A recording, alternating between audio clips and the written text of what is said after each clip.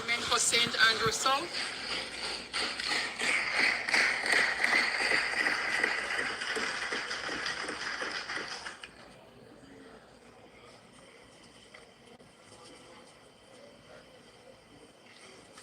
Thank you, Madam Speaker. Madam Speaker, I just want to begin by thanking God Almighty for his blessings, for having enabled us all to be here, and for having enabled me to continue in the role that I play. And may he continue to show us his love and bless us with strength and commitment to do right by our beloved country, Jamaica.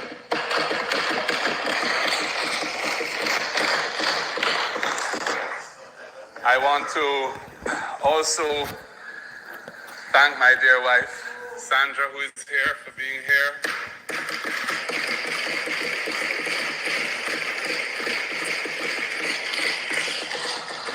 Two of my children who are here.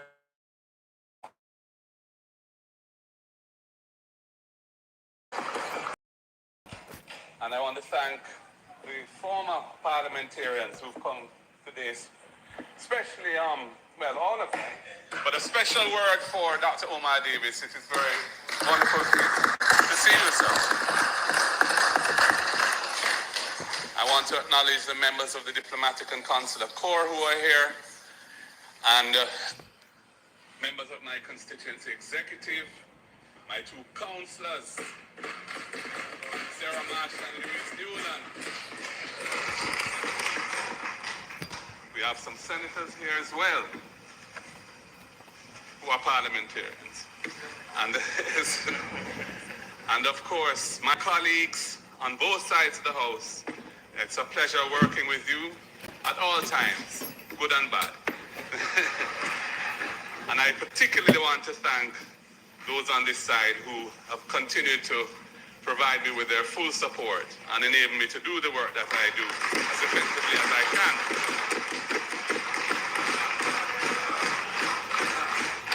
I want to thank the staff of Parliament for the role they play in enabling us to serve as elected and appointed representatives.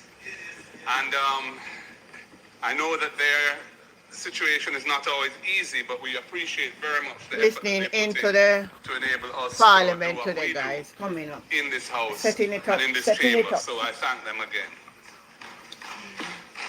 Madam Speaker, the change in political landscape of our great island that occurred in September of last year has profoundly altered the trajectory of Jamaica's future. The result ensured that this budget speech, which is my fifth as party president and leader of the opposition, is delivered from a platform of strength, momentum, and national validation.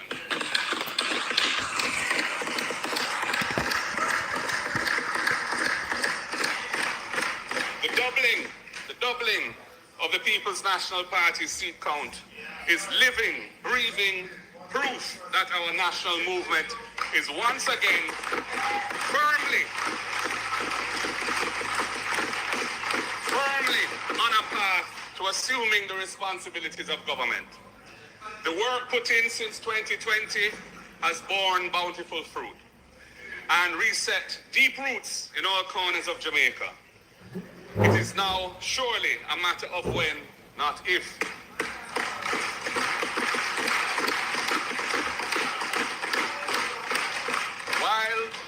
While we did come up just short of outright victory last time, the swing is undeniable.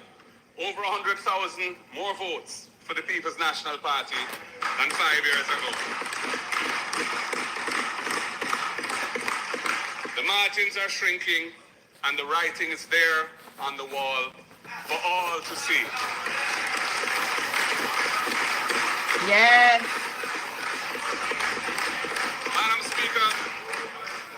Madam Speaker, the 2025 general election ushered in a new generation of parliamentarians, along with several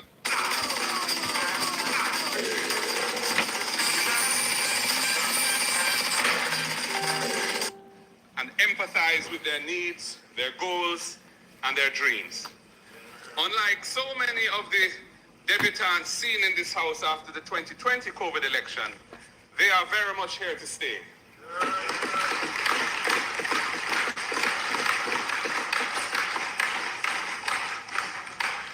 And it is my great honor to serve alongside them, and I look forward to doing so for many years to come.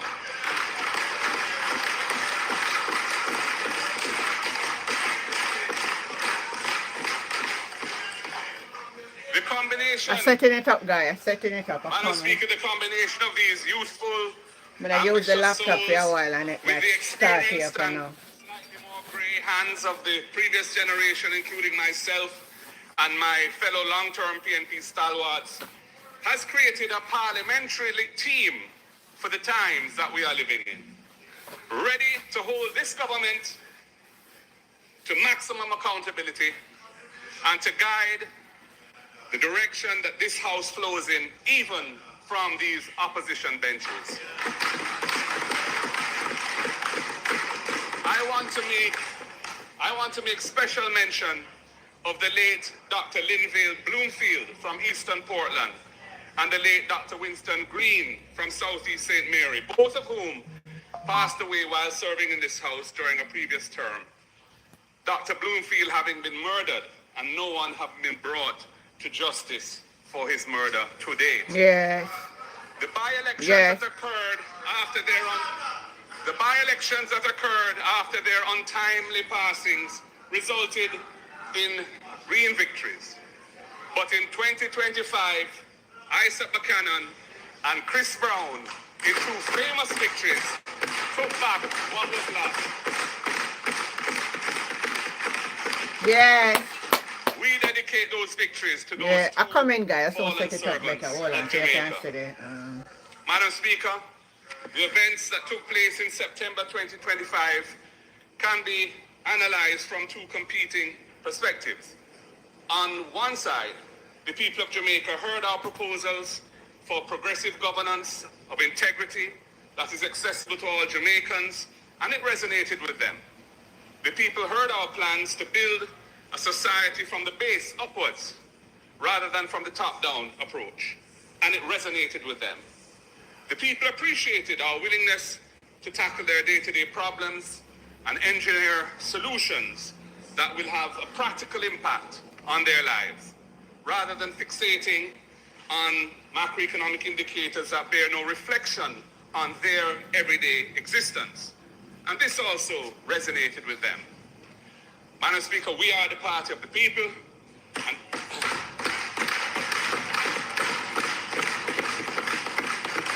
and the people saw our eyes firmly locked on the future. They saw the government looking out for themselves and their interests, and contrasted that with the solution-oriented approach from the party of the rising sun.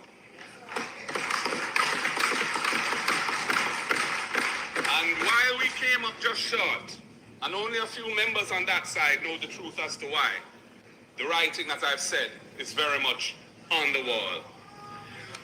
Madam Speaker, gone are the days of intensely partisan, quasi-authoritarian governance that held sway when the opposition only held 14 seats.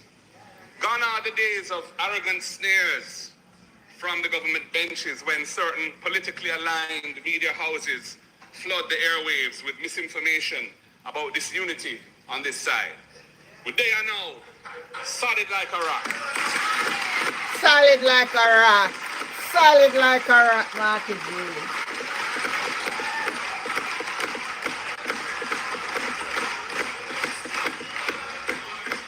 The writing is very much on the wall.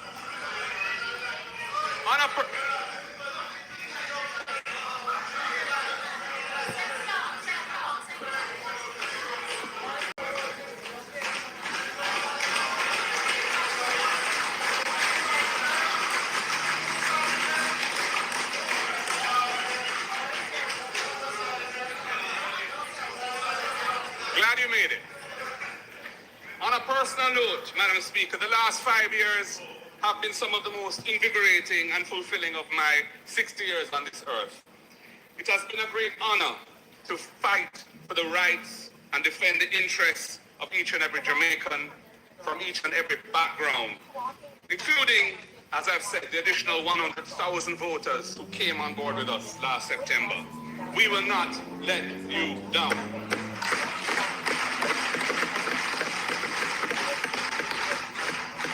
And as I say these things, I again have to give thanks and praise to the Almighty. He is my strength and my Redeemer, from whom all blessings flow. I pray that I will always do right by Him and strive to live according to His holy word. Madam Speaker, the joys of serving the people in confronting the difficult challenges faced by our beloved nation, the thrill of competing for the highest office in this land, the honorable sparring with my formidable rivals, whose day must come over here. Continue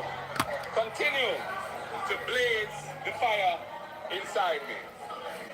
And now, with this powerful, massive talent and commitment beside me, I very much look forward to finishing God's mission that we started in 2020 and living up to the legacy of my illustrious predecessors on whose shoulders we all stand.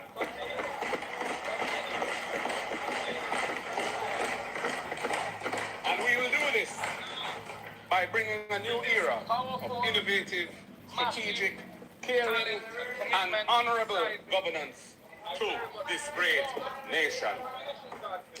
Madam Speaker, like many commentators and opinion makers, I have been thinking about what we must do to take Jamaica out of its chronic economic underperformance. With a GDP, a gross domestic product, which simply means the value of everything we produce, goods and services, in the course of a year. With a GDP of approximately $7,000 per person, one of the lowest in the Caribbean, compared with 19,000 US per person in Trinidad and Tobago and 26,000 US in Barbados. Jamaica's average real GDP growth has nearly crawled along at around 0.8%, not even 1% over the last 10 years. The Jamaican economy is clearly not delivering for our people. Economic underperformance narrows fiscal space, so that despite the relative low debt to GDP ratio in the range somewhere in the 60s now, 60% range, that Jamaica has achieved with immense sacrifice of our people over the past 14 years, we are still only able to deliver budgets with central government capital expenditure of 2 to 3% of GDP, a substantial portion of which, sometimes over a third, remaining unspent at the end of successive fiscal years due to various inefficiencies. Much of our road network remains in a deplorable state.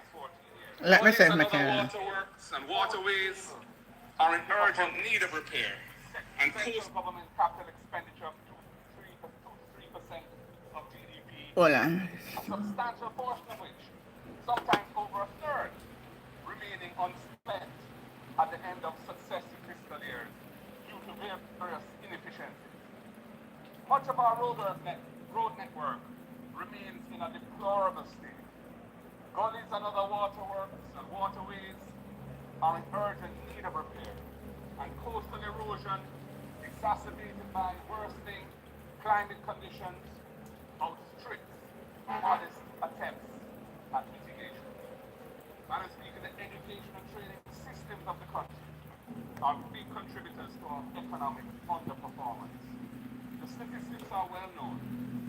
Roughly a third of our primary school children Let me try to get the volume up, guys. Hold on. functionally illiterate and illiterate. They cannot read and write. The problem, which of course feeds into the secondary system, where less than 20% of our students achieve the requirements for 5 CSEC subjects, including maths and English. approximately 16% of Jamaicans end up with any tertiary qualification. Our workforce suffers from inadequate training and apprenticeship opportunities, so that over How about this account 50% about of our restart? workforce has no form of skill certification. Yeah, this as me Part use a has long been time, I not use the so computer, badly so. mismanaged, Yeah, try. despite its bespoke source of income from mandatory employer contributions. It made an accumulated operating loss of $5.5 billion over the past 2 fiscal years. Remarkable and shameful. Foreign direct investment has fallen to a third of where it was in 2015 when we were there. Investors will not invest capital which will fail to generate competitive returns because the conditions for production are suboptimal and inefficient. The conditions in the health sector are so awful, they are negatively contributing to our economic prospects. Many Jamaicans overseas who would otherwise wish to return home to build Jamaica and who have the means to make a substantial contribution to nation building are unwilling to do so because of the repeated horror stories about the conditions and standards of care in our public health. True. It is an issue which we cannot run from. Patients routinely have to sleep in corridors, in wheelchairs, on benches, or other makeshift arrangements because there are no available beds for them to be admitted. Free health care remains a fallacy because diagnostic tests, many medications, surgical implants, etc. are available only at a cost that is out of reach of most Jamaicans. This is how I'd study the Bible if I had 10 years left until retirement. Watch this. If you want to study the Bible like a pastor but don't know where to start, and I beg that it adversely affects their morale and patient care. Madam Speaker, Jamaica continues to fall behind as we wallow in our low-tech, low-wage, and low-growth economy.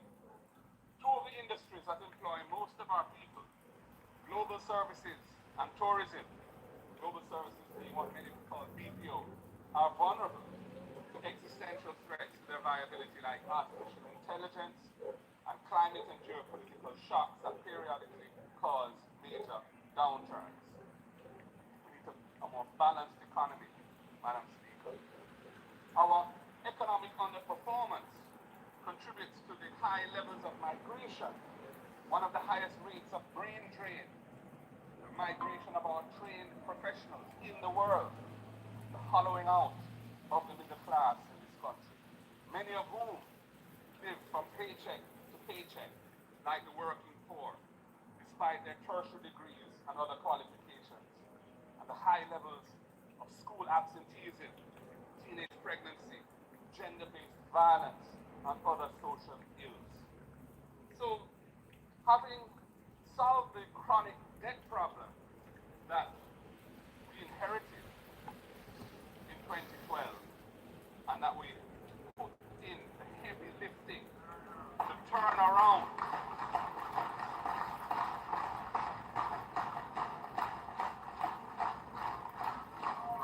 and I pause because I have to acknowledge the work that was done in the last PNP administration under the leadership of Portia Simpson Miller, most honorable,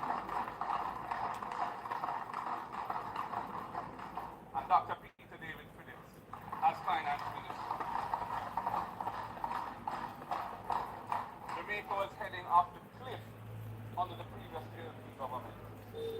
We were unable to even sit the IMF tests, much less pass them. Our name was mud in the international financial community. It took us a year once we came back to office to persuade the financial community that we could be trusted with a new program. And we delivered on that program for Jamaica, and Jamaica's borne fruit from the work we did.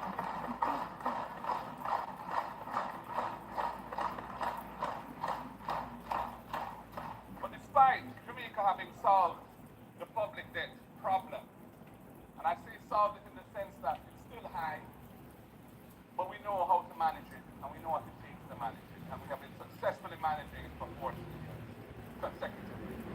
And with the murder rate falling significantly over the past 2 years, nevertheless,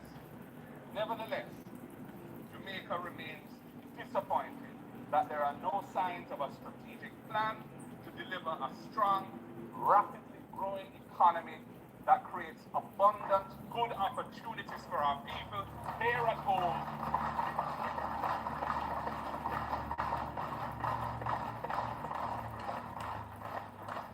and attracts the return of Jamaican talent residing abroad. So, Madam Speaker, how do we lift ourselves out of this chronic economic lethargy? At the core of the solution is integrity. Honesty in what we say and do is the foundation of trust and confidence. A commitment to accountability and being transparent in how we govern and what we do in the name of the people as the servants of the people. We must strengthen, not weaken or undermine, the national institutions that were established to promote these principles. May the love and presence of our God continue to surround you today. Our devotion comes from Colossians chapter 1, verses 15 and 16, which tell us, the Son is the image of the invisible God, the firstborn over all creation.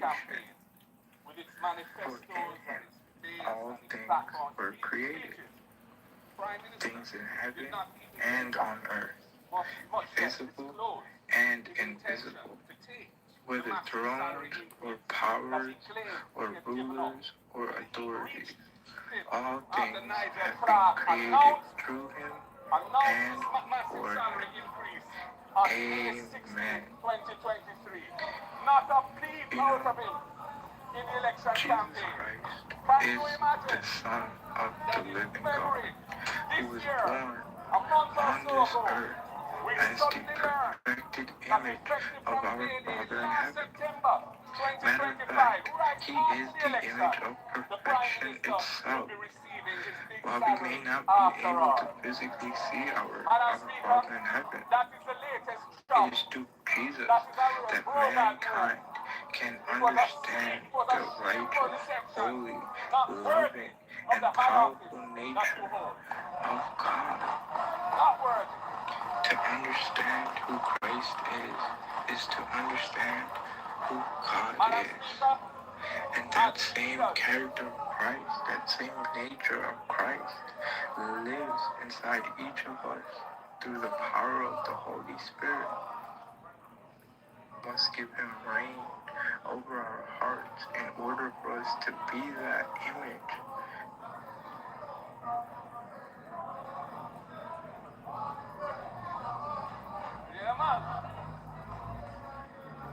Madam Speaker, as leaders, we must hold ourselves to a high standard.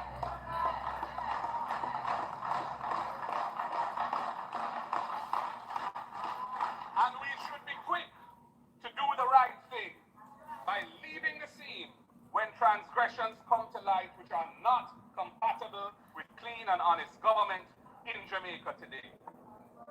Unfortunately, the reverse all too often prevails. Impunity rules the roost as persons in positions of responsibility become serial transgressors. And it doesn't seem to matter because nothing happens to hold them to account. Madam Speaker, we cannot build our nation that way. Thank you. We cannot build a nation Cannot build that way. aspire to Come on, everybody serve listening. Tap up the and screen, sweet double tap and up the lovely screen. ethical foundation. We need moral in our place, man. That is why we on this side have signed the Leadership Code of Conduct produced by the Integrity Commission.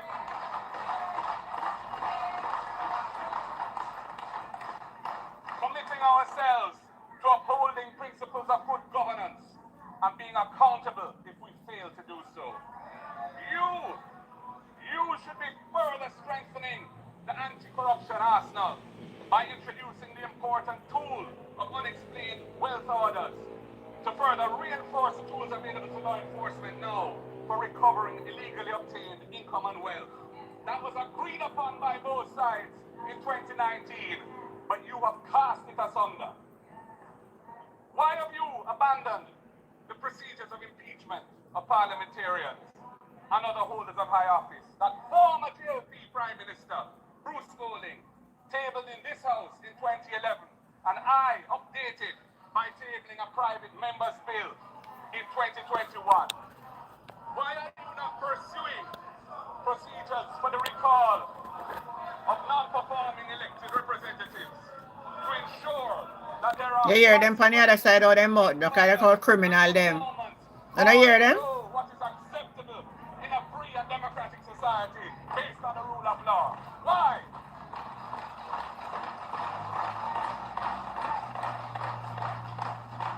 We remain committed to these reforms that enhance accountability and good governance. I ask again, why have you not joined in our call for strong public education to promote wholesome values and attitudes based on love and respect for our fellow citizens, and playing by the rules or changing those rules if they're not fit for purpose? Why have you not joined with that? In my budget debate presentation last year, I stated a critical dimension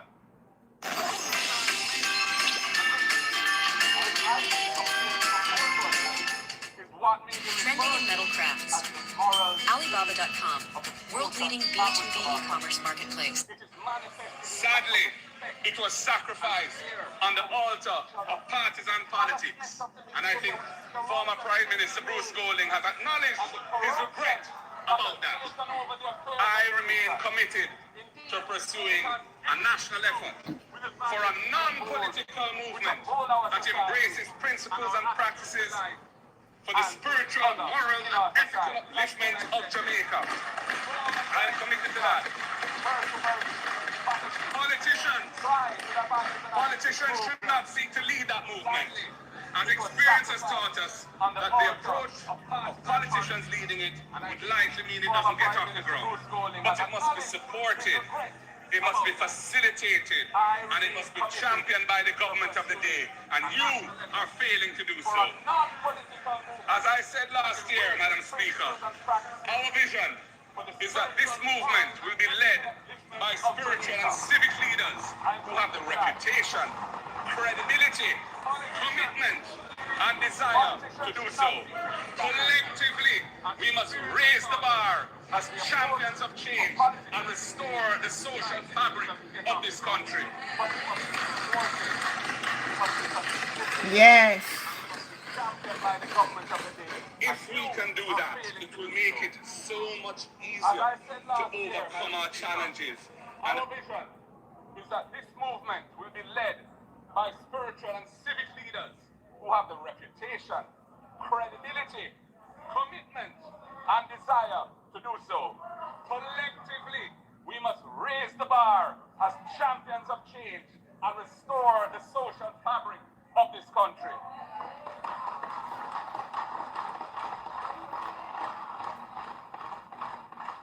If we can do that, it will make it so much easier to overcome our challenges and achieve our economic and social goals. Integrity, Madam Speaker, is at the center of progress, and it is at the center of national development, and it must be at the center of inclusive and sustainable economic growth. Madam Speaker, the bureaucracy of the country must shift to a pro-growth philosophy and practice. The procurement system urgently needs to be reformed so that it does not unduly delay the execution of projects and programs. Madam Speaker, the government has been delinquent in doing this. As it stands today, the bureaucracy always errs on the side of cautious control. I'm going to repeat that because it's an important point. As it stands today, the bureaucracy of Jamaica always errs on the side of cautious control when our chronic low-growth situation requires bold steps forward.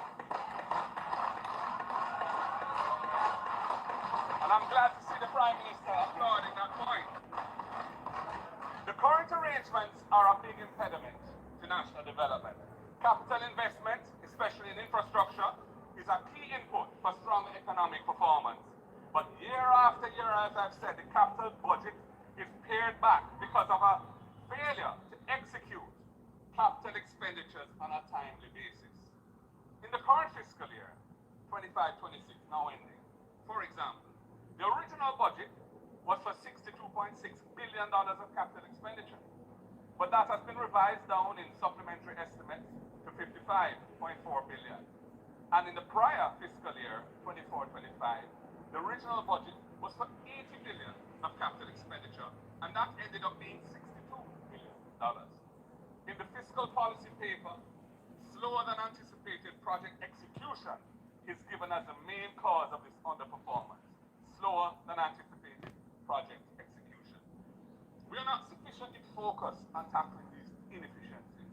The sloth is reflected in our legislative process, Madam Speaker. Laws of strategic importance that require urgent amendment or passage remain on the books for years without the problem being addressed. And there are many examples of this, and I'm going to mention 5. The amendment to the companies legislation to facilitate the migration to Jamaica of companies incorporated abroad. A bill was tabled by this government, I think 3 or 4 years ago, that would have done that. Not a word since.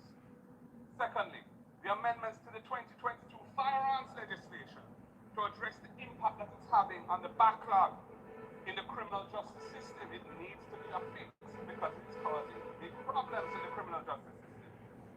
Thirdly, the new Customs Act that entered Parliament over 5 years ago still hasn't made it into law.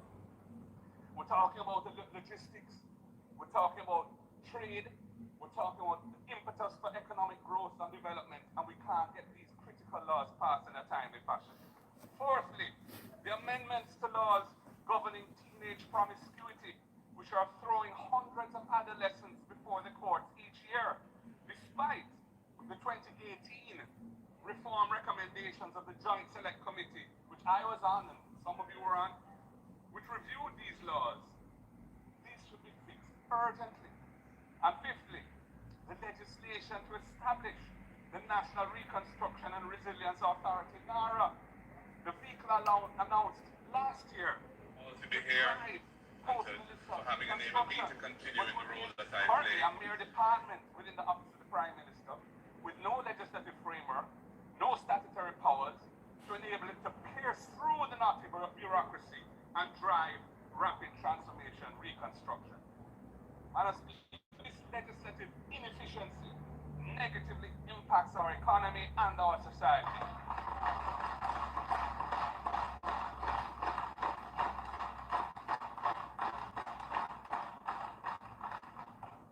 As regards the first of those examples, in its preliminary review of the budget for 26-27, PricewaterhouseCoopers, the international accounting firm, audit firm, commented on the need for initiatives to encourage taxpayers to bring business activities and investments home to Jamaica. We have a big diaspora. We need to encourage them to bring their capital here. PwC said, where designed and implemented properly, this could bring in fresh economic activity that is currently taking place outside Jamaica, which in turn could bring in additional tax revenues after such activities or investments migrate to Jamaica. There is no good reason for this to remain in limbo, and it's consistent with what the opposition spokesman for finance said last Thursday about digital nomads, encouraging people abroad to come here, spend their money, and help to drive consumer demand, drive investment, and drive economic growth. Instead, what do I hear? I hear the Prime Minister retreating 30 years into his spin on FinSac. He will no doubt seek to revise history to suit his desired narrative. That is the refuge of someone who has run out of ideas.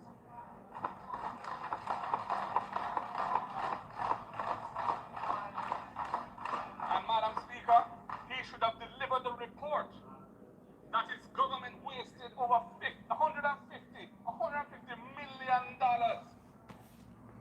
on and and never delivered about that story of Vincent. That report has never been delivered. Madam Speaker, Walking makes you old. Tai Chi walking makes you young. Make it a habit. 9 minutes a day to get toned body back.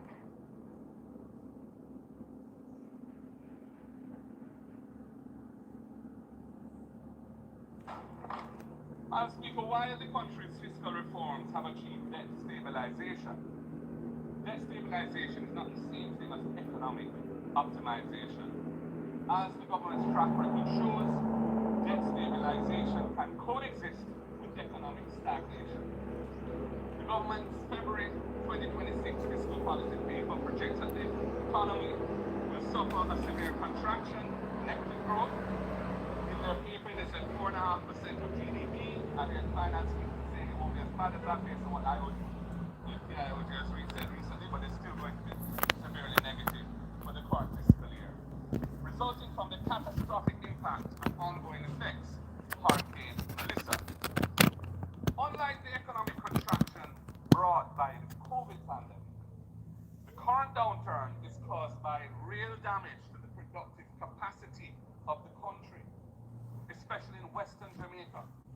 Assets that were damaged or destroyed include homes, business places, hotels, hospitals, schools, farming equipment and farms, etc., electricity transmission and distribution networks, water supply facilities, and other infrastructure. Madam Speaker, I have read that 215,000 buildings sustained damage of varying severity, including approximately 190,000 homes, of which 24,000, they say, were completely destroyed. The World Bank's estimate, based on intense aerial surveys after Melissa, is that the physical damage to the assets of this country, publicly and privately owned, was US $8.8 billion. That's about 1.36 trillion Jamaican dollars. Approximately 40% of Jamaica's GDP, current GDP. The Planning Institute of Jamaica, PIOJ, has more recently indicated that when economic losses and various additional costs are included, the total loss to Jamaica from Melissa is US $12.2 billion, which is 1.90, nearly 2 trillion Jamaican dollars, or approximately 56% of GDP, 56%. In other words, we have been hit very, very hard, and we need to fight even harder to get the country out of the slump. Early investment in recovery is needed to turn the negative cycle occasioned by Melissa's destruction into positive economic growth. Early investment. Some of us may be familiar with the proverb, early money is like yeast. And that proverb encapsulates the truism that early investment is needed to turn the situation around. The time to aggressively pursue recovery from the Melissa disaster and to set the platform for higher levels of sustainable growth is while the fiscal rules are suspended. Now is the time to drive GDP growth, because it will be much more challenging once the maximum 2-year suspension of the fiscal rules comes to an end and the law does not permit any further extension. At that point, which is probably, I assume it will be extended for 2 years. It's been extended for 1, but I assume it will be 2 years. At that point, in other words, with the fiscal year commencing April 1, 2028, the fiscal rules will again chip in. The fiscal rules will require years of tight fiscal policy to generate higher surpluses, primary surpluses, that can bring the public debt down to the 60% legislative target by the legislative deadline. This will clamp down on expenditure on infrastructure and other public goods. Having stripped the cupboard bare with the sell-off of the now unmanned international airport and the Sands International Airport's future revenues, no major forward sale of assets is planned that could provide additional fiscal space at that time. And I'm sure the income our fiscal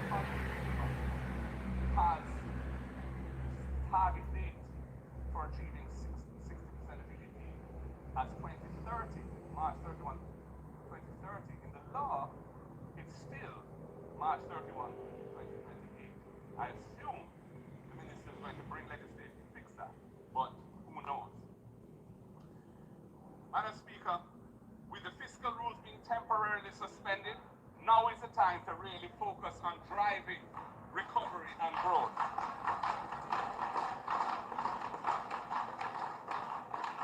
However, that is not the strategy that the government is pursuing. The government's housing repair program, roofs of $10 billion Jamaican for the current fiscal year 25-26, is less than 1/3 of 1% of GDP. Less than 1/3 of 1% of GDP. The IOJ says the damage to Jamaica is 56% of GDP.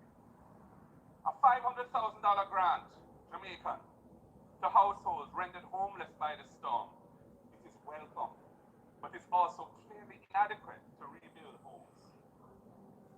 The same is true for the households that suffered major damage and are receiving $200,000 grants towards their repairs, and the $75,000 grants for those who suffered relatively minor damage. All of that money is welcome, no doubt, and we're glad for those who are getting it. But clearly it is insufficient to repair the major damage to the housing stock in Western Jamaica in particular. These grants are limited to those households that have been assessed by the Ministry of Labour and Social Security, and the numbers suggest that it will not cover 100% of those who suffered total loss or major damage. Many have not been assessed.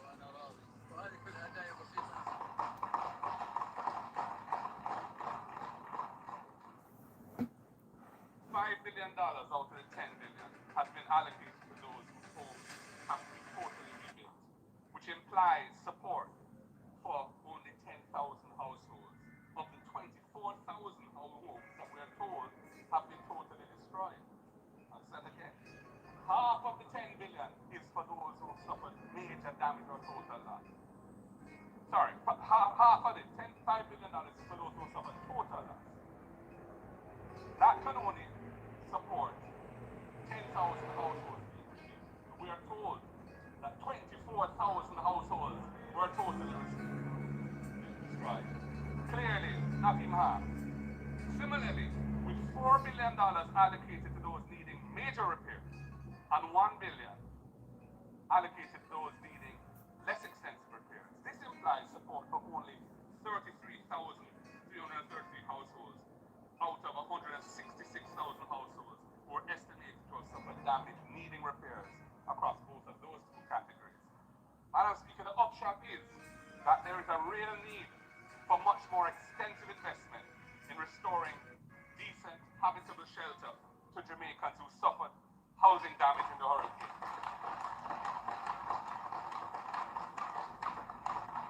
Much of that damage is uninsured. Homes that receive only partial repairs and are not restored to full habitability will mean families that are hobbled by unplanned housing repair costs for months and years to come. This will only reduce their disposable income to spend on the ordinary needs of life and feed into further economic malaise, the various manifestations of poverty, and worsen the growing problem of mental illness. The ROOFs program also appears to ignore the element of resilience in its design, merely handing out grants of amounts which are manifestly insufficient to cover the cost of adequate repairs guarantees that households resort to the least cost approaches to effecting those repairs, because the money is enough, so they have to make it stretch. This is clearly short-sighted, Madam Speaker, as Jamaicans should be using construction materials and techniques that will make their homes more resilient to future climate disasters than they were before.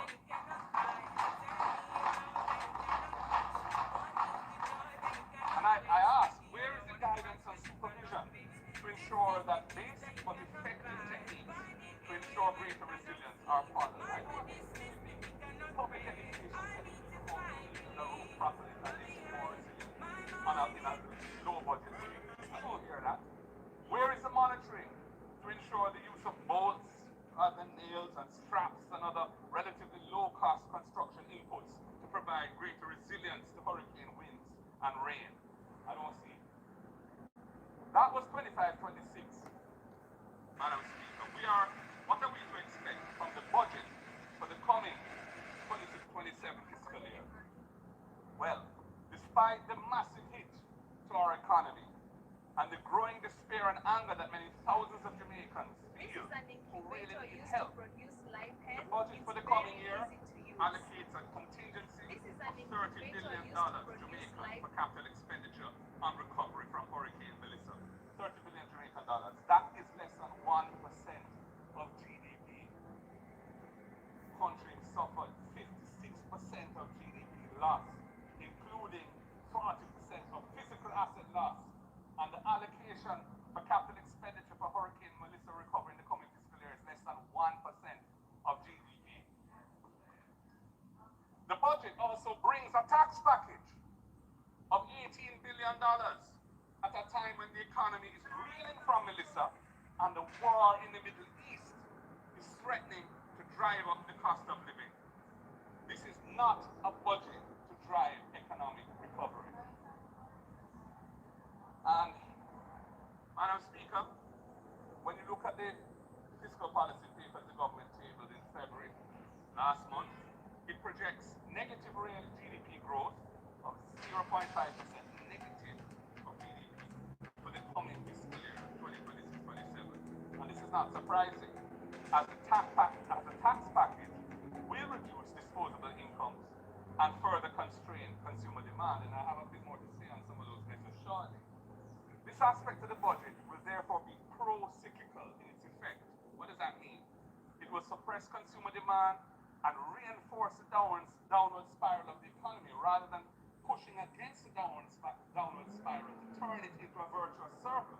It is pro-cyclical instead of counter-cyclical when the cycle is heading in the wrong direction. This could not come at a worse time because the war in the Middle East is driving up Feeling lonely oil lately? and gas prices. This is the best chatting And it's site not that just helps oil and women gas meet prices. older men online with shared interests It is and going to values. include Best part? fertilizers. It's going to include plastics that are used in manufacturing and so many other things, because in that area, the Persian Gulf, natural gas production is being shut down, oil and gas can't escape, and it's part of the whole supply chain for food production of the world and the manufacturing production of the world. Petrochemicals are a critical ingredient in fertilizers and in pharmaceutical drugs and so many other things. So we're really looking at a dread situation. The combination of the post-Melissa hardship, the Middle East war, and the government's tax package is a toxic cocktail. Toxic. It will be bitter medicine to the Jamaican people. And Prime Minister, you need to tell the people when you speak on Thursday what your plans are for protecting the society from the impact of this Middle East war, especially those who are still struggling to get their lives back together after Melissa. That's what the people want to hear from you, not Pinsa. If you want to talk about Pinsa, bring the report. Bring the report and let us debate Pinsa. Bring the report and let us debate Pinsa. Nah, bring it, can't bring it. As expertly outlined by the opposition spokesperson for finance last Thursday, the government was not forced into this tax package. It was not forced into continuing to extract funds from the National Housing Trust. There are other options and a better way forward is possible.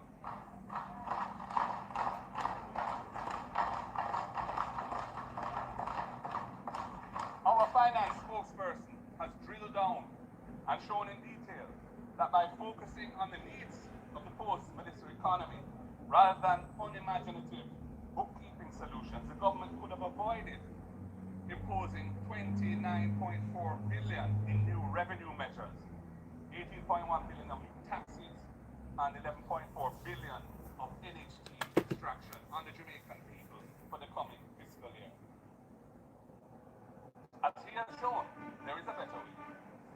The impact on the debt to GDP ratio of financing the gap without resorting to additional taxation is minimal, a mere 0.44% of GDP.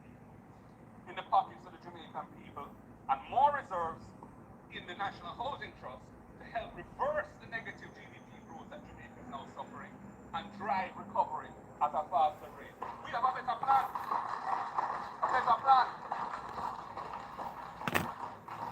Madam Speaker, looking at the tax measures, they are problematic. 10.1 billion Jamaican dollars of tax package is on sweetened beverages and will mainly come out of the pockets of low-income households. Similarly, 3.6 billion Jamaican dollars is increasing as an increase in the Environmental Protection Levy, the EPL, which will be borne by consumers again when manufacturers and importers pass on those costs to consumers. Jamaicans are already facing hard times with a cost of living crisis after the Melissa disaster. It's going to be made even worse by this tax package that the government is imposing on the people. And it's coming at a time when the Middle East war is going to start giving us a severe beating as well. These revenue measures will have an inflationary impact, pushing up the cost of living on the Jamaican people at a time when the cost of living is spiking due to the war in the Middle East. As I've said, bitter medicine is on its way. As our finance spokesman pointed out, despite that these measures have been sold to the public, neither of the taxes on sweetened beverages or the Environmental Protection Levy, neither of them is designed in a way which will improve public health or support environmental causes. Neither of them. The tax on sweetened drinks is imposed on the volume of liquid in the container, not on the amount of sugar in the liquid in the container.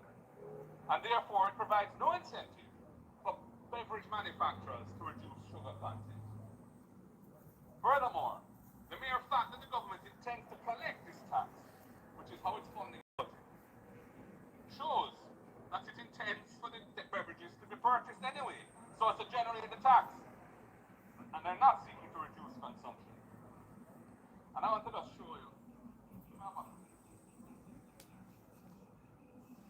This bottle of water contains 500 milliliters, which is half a liter, and it costs $100 on the street or in a corner. Two of these bottles of water make 1 liter and cost $200.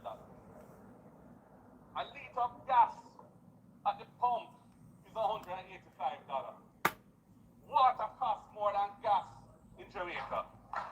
This is day 1 of my wife doing Tai Chi walking. This is day 31 of my wife practicing Tai Chi walking. Look at you.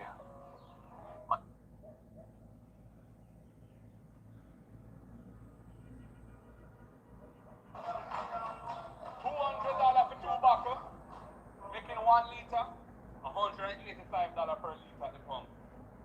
Water costs more than gas in Jamaica. If we really want to encourage healthy consumption, then remove the DCT from water.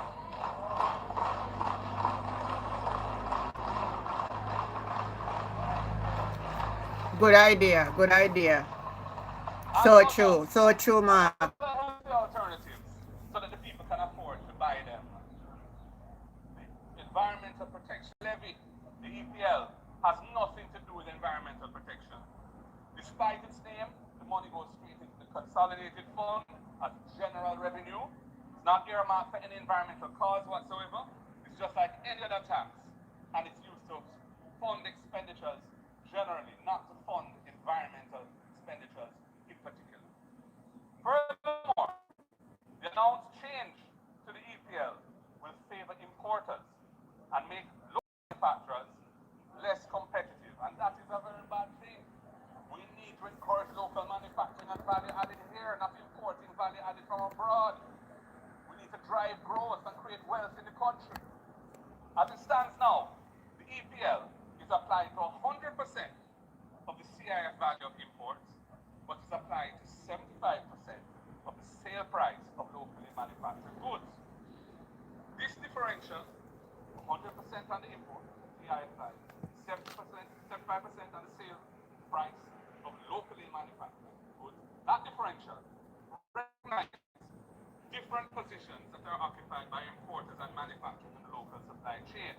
Importers add their profit margin to CI value, and there then may be additional margins added by distributors and possibly retailers. Applying 75% of the local manufacturing good price seeks to level the playing field, as the price includes all of the value added of their input costs and their profit margin. The government is now moving to apply the EPL, Environmental Protection Levy, to 100% of the sale price of locally manufactured goods, from 75 to 100%. Also, it is increasing the rate of the EPL from half of 1% to 0.8%. That's a 60% increase in the rate. This means that the cost burden of the EPL to local manufacturers will be greater than it is to importers, favoring imports over local manufacturing of competing products, of exchangeable products. This is a major design flaw in the new tax, and it needs to be corrected. And I'm calling the Minister of Finance to correct it.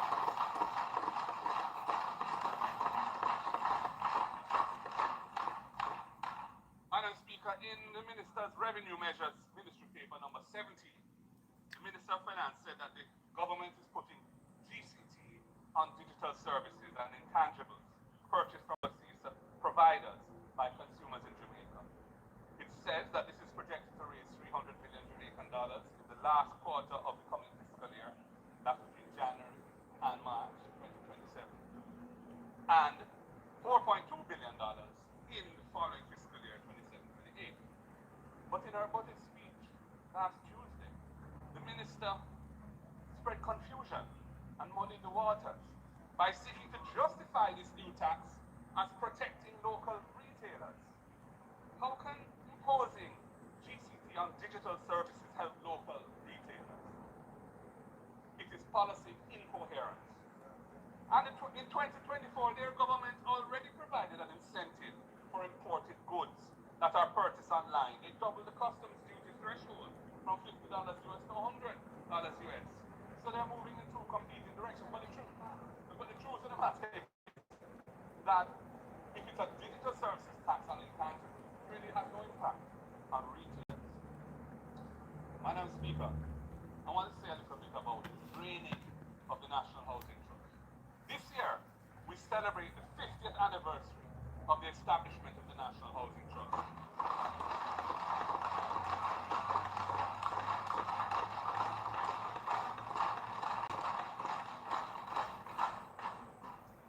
It was and is a transformational institutional innovation of the late great Prime Minister Michael Joshua Nyland.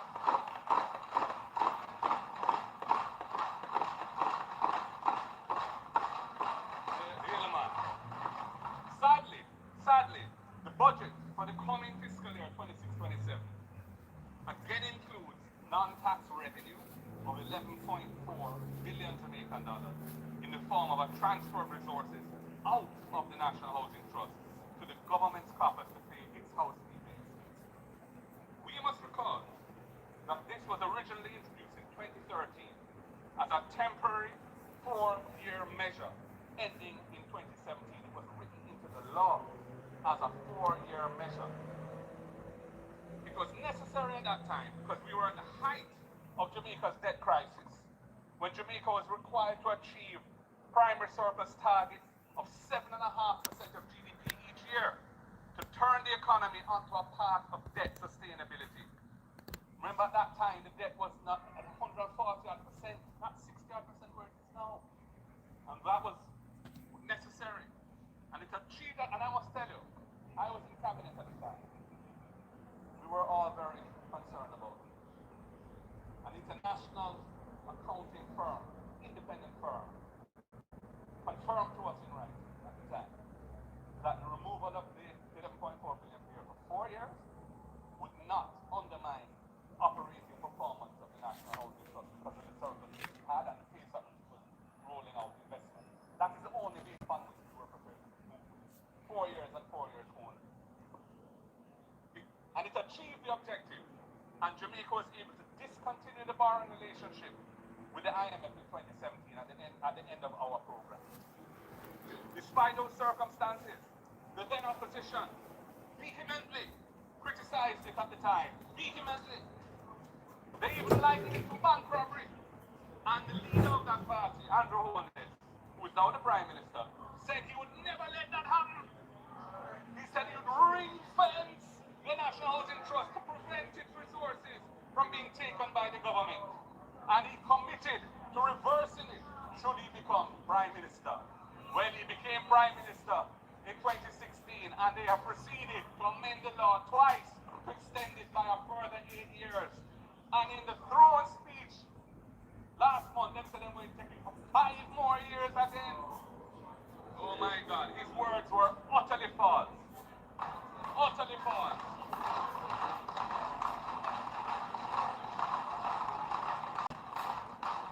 Under his watch, as Minister for Responsibility for NHT, because NHT falls under him, this government has passed legislation twice to extend that extraction of resources each year for 10 years while they've been in office. In fact, since they came to power in 2016, they have withdrawn $114 billion from the NHT as non-tax revenue. And this continued over that period, despite Jamaica needing to increase the construction of affordable houses by 15,000 per year to satisfy the unmet demand. And despite Jamaica having left the IMF borrowing program in 2017, they have no excuse for it. Now the government, as I've said in the throne speech, has announced that it's going to extend this again for 5 more years. That means that they're going to reduce the financial base of the NHT by a further $57 billion over the next 5 years. After a time when Jamaica's housing stock in western parishes has been decimated by Melissa, these resources should be deployed by the NHT.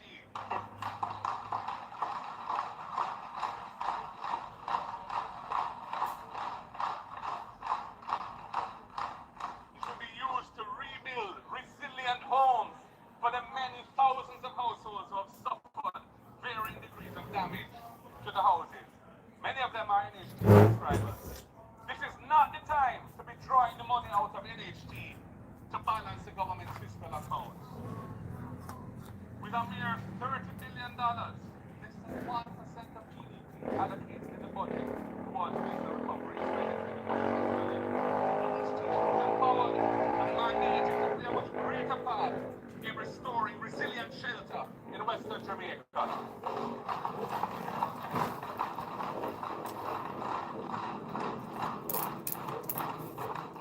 This is not the time to be depleting the resources of Jamaica's most important housing institution.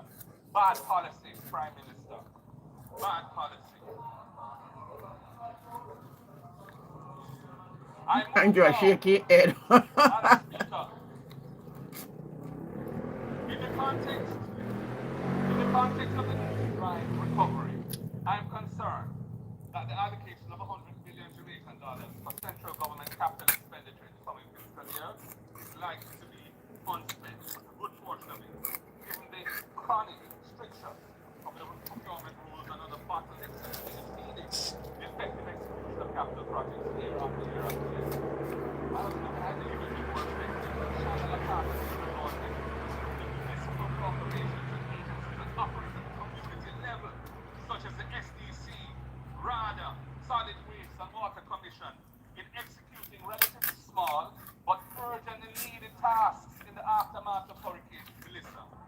These resources should be deployed to undertake the removal of fallen tree debris, restoring pedestrian walkways and footpaths, restoring fences around publicly owned properties, repairing catchment tanks, cleaning the intakes and springs, cleaning side drains and culverts, repairing broken retaining walls, and other small structural repairs and the like.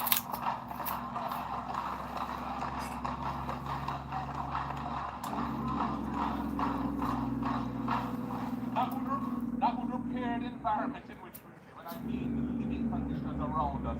And it would repair the mentality of our people of the living squalor and desolation from Melissa. And it would help to counter fiscal intent, push against the malaise that we're now in and take us out of this.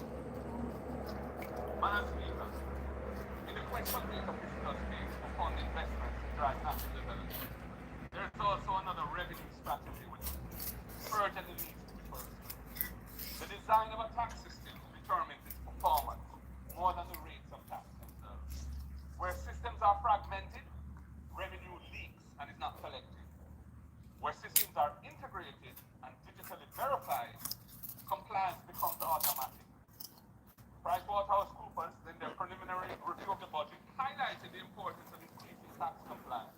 And I quote, so that everyone bears their fair share rather than the burden falling on those who meet the moment and pay their taxes as part of their civic duty. End of quote. I'm speaking the next stage of Jamaica's economic reform should not be about increasing tax rates. That's lazy, unimaginative, and it's an approach being taken by this government which should change its path. We say no to that. It is bad economics and will be damaging to the economy and the Jamaican people in our current circumstances. I think I should remind them, it is the PNC that reduced personal income tax from 33% to 25%. It's the PNC that reduced GCT from 17.5% down to 16%.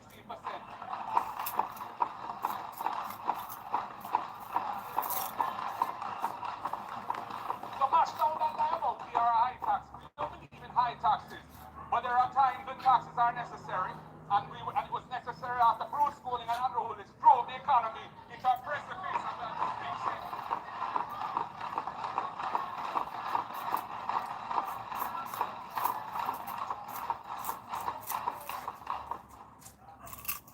Increasing tax rates and putting in new taxes on the people when you're in an economic slump is bad economics and will be damaging to the economy and the Jamaican people in our current circumstances. The next stage should be about ensuring that the taxes that are already on the books, are fully and fairly realized. A revenue system should be judged by how much of what is legally due is actually collected consistently, efficiently, and equitably. Where leakage persists, compliant businesses and compliant consumers shoulder a disproportionate burden of tax.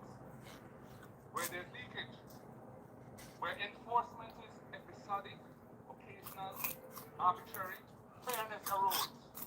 Where systems are fragmented, borrowing costs rise, and compliant taxpayers suffer.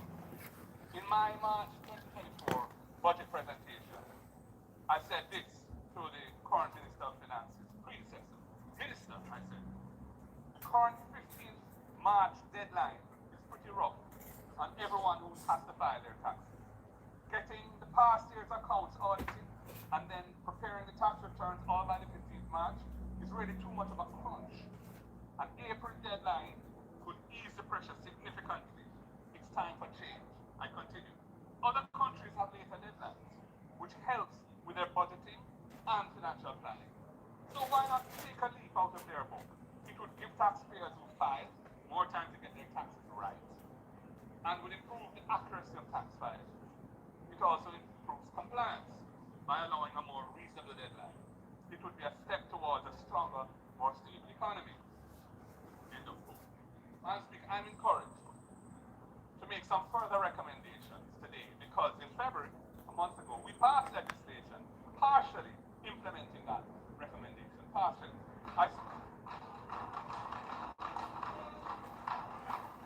I say partially because the change in the filing deadline from March to April only applies to taxpayers which are corporations. Individuals and professional firms that operate as partnerships still have to file by the 15th of March. And Madam Speaker, I'm encouraging the government to streamline this so that everyone benefits from the more sensible and practical April filing date.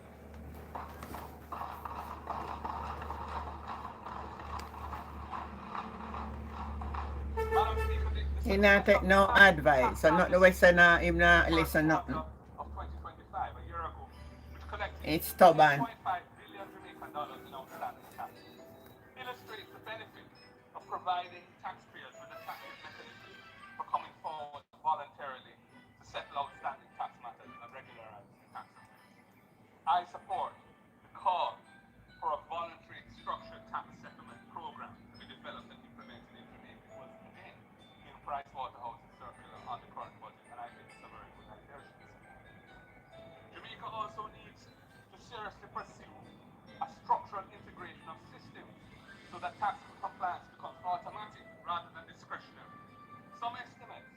I have seen suggest that improved realization across key revenue categories could yield up to 60 billion Jamaican dollars annually without increasing any tax rates or imposing any new taxes at all.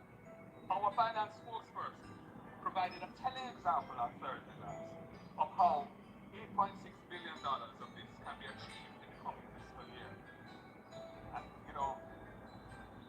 truth is that if we had a year to roll it out, we would collect a lot more than 8.6 billion.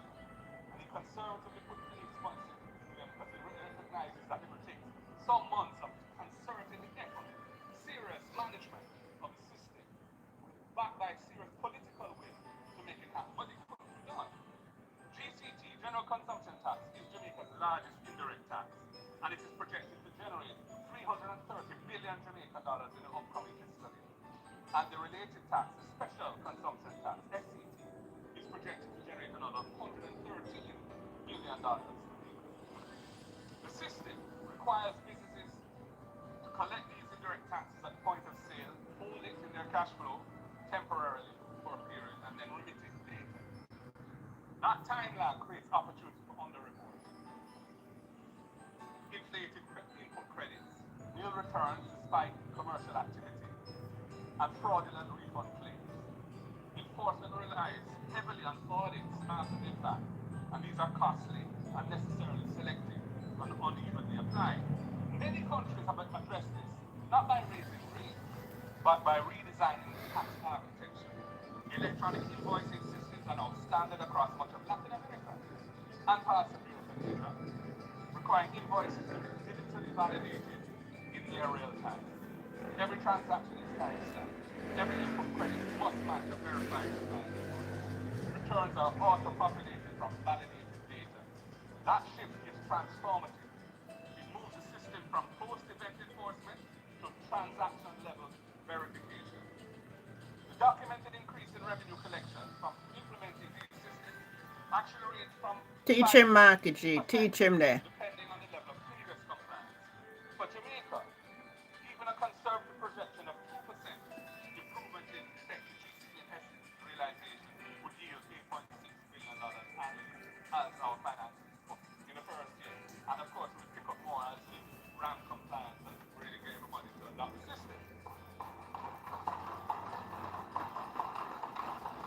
Madam Speaker, no GCT or SCT rate increase is required. None. Just better system design. The government will likely tell us it isn't assured and it can't be done. That's what I expect to hear from. Well, I'm here to tell you that with political will and effective management driven by dynamic and energetic leadership, it could and should be done without delay.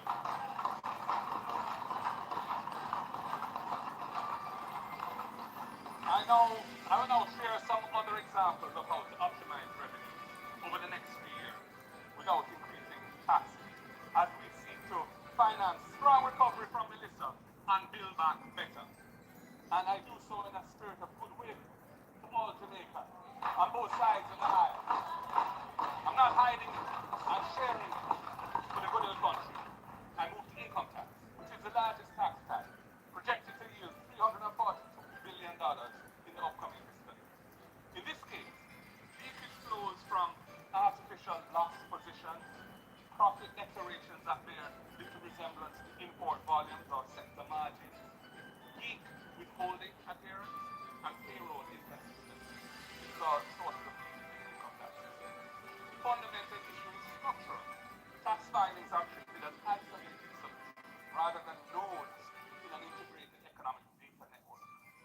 A modern compliance system would automatically link income tax declarations to GCT turnover data, customs import declarations, payroll filings, beneficial ownership records, director compliance histories, and municipal corporation approvals of projects and so on. So, for example, if a company imports $150 billion in goods, but declares $20 billion in turnover and a tax loss, the system will automatically flag that as an anomaly. A 5% improvement in effective income tax realization would yield $17 billion annually. Again, this is not to increase tax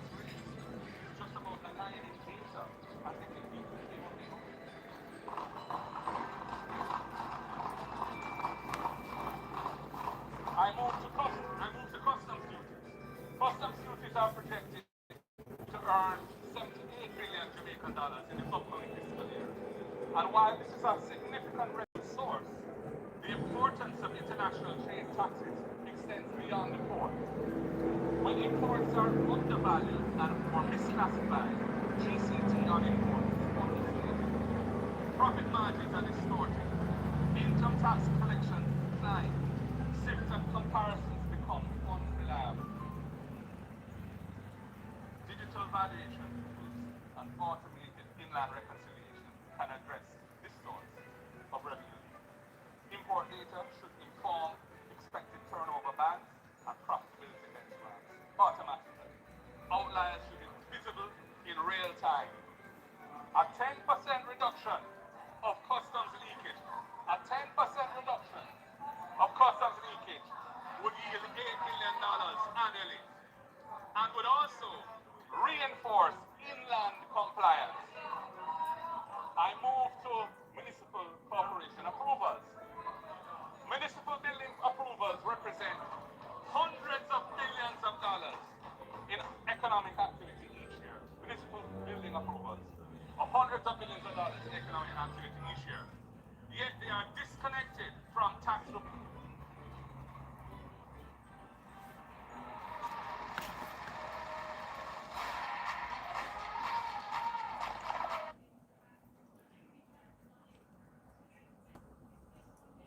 Dollar project while filing minimal GCT returns and declaring little or no income. And I think some of us in here probably know about that.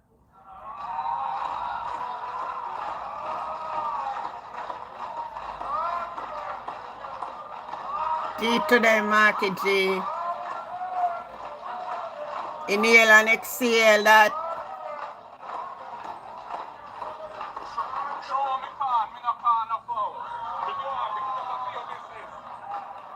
Show me can, me not can. Go on market G, go on with yourself.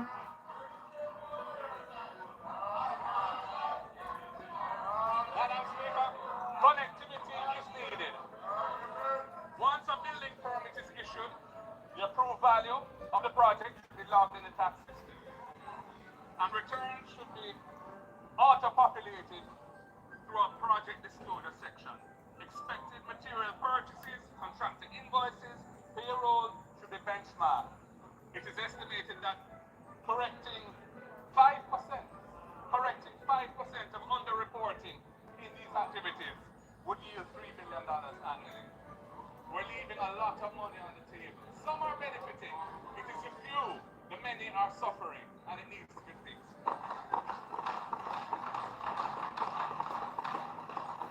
Madam Speaker, in 2024, more than 5,000 work permits were approved in Yet What? this one is not That's so much permit work at that Jamaica. How are going? If a company holds 10 active work permits but files payroll for only 10 employees, that discrepancy should trigger an automated review. Fixing this could generate $250 million annually, reinforcing a simple principle that every compliance node must connect. It's about connectivity. In summary, Madam Speaker, if well executed and taken together, these systematic reforms could yield additional revenue per year of close to 2% of GDP without increasing taxes. This is not incremental reform. It represents additional fiscal space of 10% of GDP over 5 years. It is achievable not by increasing the tax burden, but by being smarter in how we utilize the architecture of the tax system. Reform to improve the integrity of the tax system is not punitive. It promotes economic fairness. It protects compliant businesses from being undercut by non-compliant competitors. It narrows bureaucratic discretion. It shrinks the space for corruption. It strengthens investor confidence. It increases fairness. Madam Speaker, Jamaica does not need higher tax rates. It needs systems where invoices validate themselves, where payroll reconciles with permits, where imports reconcile with profits, where building approvals inform tax returns, where risk detection becomes structural rather than episodic.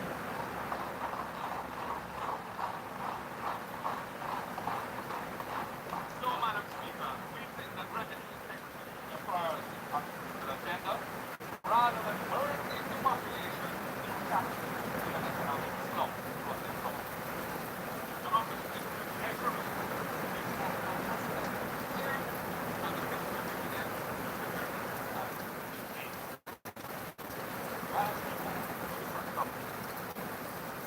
massive Category 5 Hurricane Melissa is now estimated, as I've said, to cause loss and damage to Jamaica amounting to US $12.6 billion, $2 trillion Jamaican dollars, 56% of our annual GDP, and it will set back Jamaica for years to come. The cost that lies ahead to rebuild and ensure against recurring Category 5 and strong storms will be very heavy also. So the question arises, can and will Jamaica have to bear this loss alone, this massive cost for destruction to which we contributed so little? Category 5 Melissa was not happenstance. It was not an accident.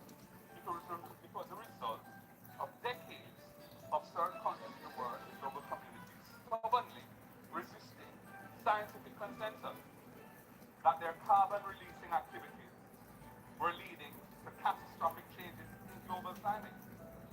They chose to continue substantially unchanged, allowing fossil fuel-based economies to continue unabated, while effectively exporting climate-related costs to less developed and vulnerable nations like ours and other small island developing states. In earlier times, Madam Speaker, Jamaica was known to have one major hurricane that's Category 4 above, roughly every 40 years. However, in the 37 years since Hurricane Gilbert in 1988, Jamaica has experienced 4 such systems. There were 2 Category 4 hurricanes, Ivan in 2004 and Dean in 2007, then 2 Category 5 hurricanes in successive years, Barrett in 2024 and the catastrophic Melissa in 2025. Hurricanes Ivan, Dean, and Barrett caused loss and damage to Jamaica, US $1.079 billion at that time, that was yesterday. Outside of some important voluntary contributions from third parties, which we honor and welcome, Jamaica has borne the cost of the expenditures related to the disaster. Financing, mainly through loans, incurs interest and capital repayment, as well as sometimes conditionalities that affect our own for maneuver. Jamaica has had to absorb these costs substantially on our own because, firstly, the link between CO2, carbon emissions, and climate change was not firmly established at that time. And secondly, the legal, scientific, negotiating, technical, and administrative capabilities were not in place to do anything about it. And thirdly, the international legal framework was still in negotiation. Madam Speaker, Hurricane Melissa has created a potentially game-changing shift. Among other things, first, Melissa did not follow the historical pattern of these major systems. It was a tropical storm which, while meandering slowly, almost stationary in the Caribbean, intensified rapidly in these waters, where sea temperatures have reached 1.4 degrees above pre-industrial levels, and then it moved directly to Jamaica. It is generally accepted that Melissa's peculiar intensification and power were a climate-related phenomenon. Secondly, Hurricane Melissa struck Jamaica about 4 months after the International Court of Justice, World Court, had issued a unanimous advisory judgment that states can be held liable for damages caused by climate change.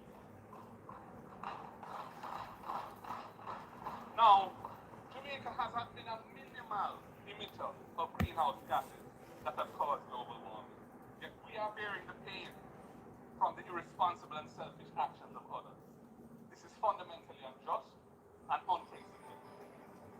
As a major victim of the effects of climate disasters, Jamaica cannot remain docile and just passively assume a mountain of additional climate-related debt that will fetter and postpone our national development for decades to come. Our country has a duty to lead in its advocacy for fair and just compensation.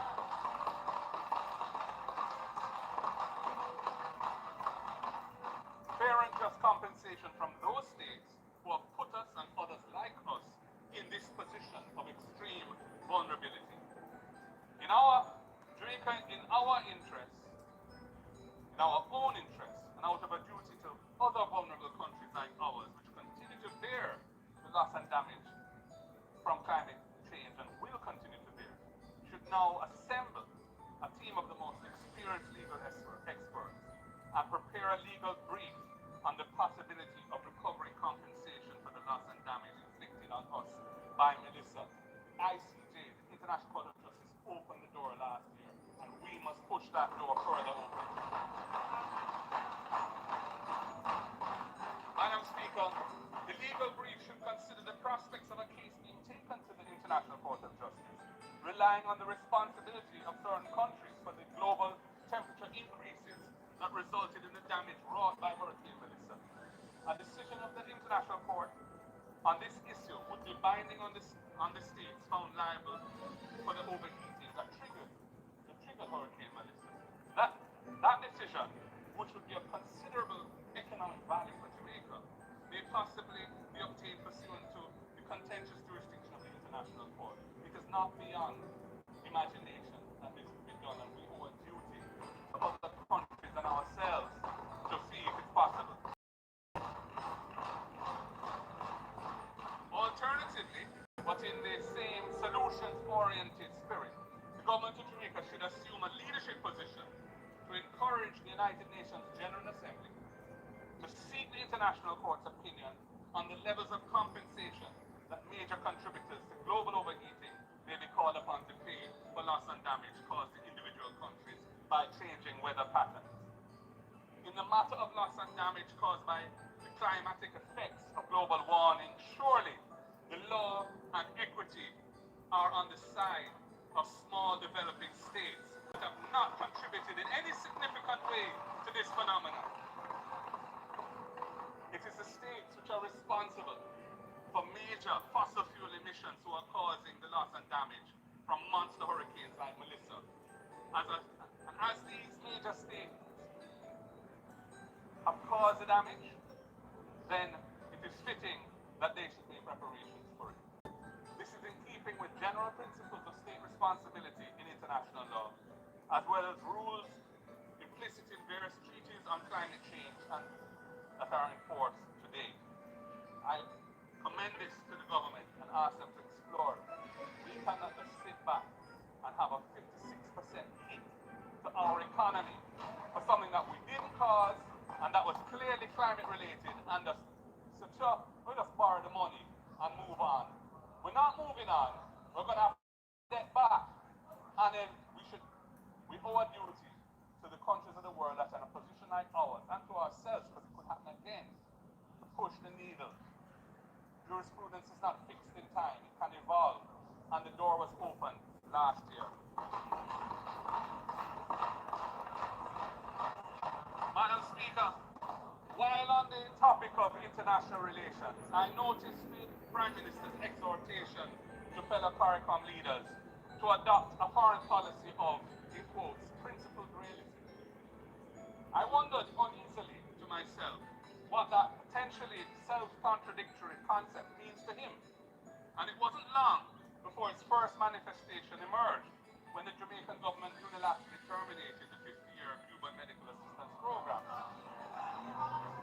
That is what the foreign minister, having told Parliament that this decision had nothing to do with pressure from the US. That is what she said in this Parliament, that decision had nothing to do with pressure from the US. A few days later, had her ministry subsequently issue a statement affirming that it is widely known, quote, that the US has publicly raised concerns with the program, before articulating what I regard as unconvincing reasons as the purported justification for terminating a program that has done so much to help Jamaicans to have access to quality health services, and the termination of which has left a very substantial unfilled gap in healthcare delivery, especially in underserved areas. Now I say, if you operate, Prime Minister, you operate in fora, which I do. So there may be things that you're aware of that I am not. But before you make a move like that, you have to put other things in place. You can't terminate an agreement that the Jamaican people are relying on and have nothing in place. I'm scrambling around while people are suffering. Again, My true man. Mismanagement. And Mr. Speaker, Madam Speaker, for the record, we, and I believe all of us in the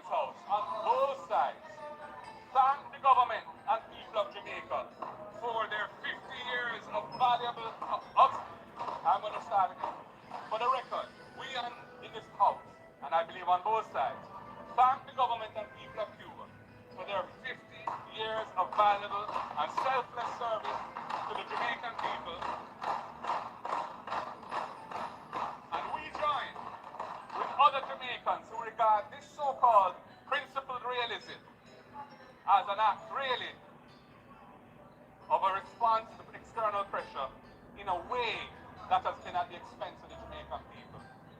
Preparatory work should have been put in place before you made a move like that, and it was not. Madam Speaker, it has been 5 months since Melissa devastated our island home. A storm of unforgiving force. Melissa carved her name into the history of our nation.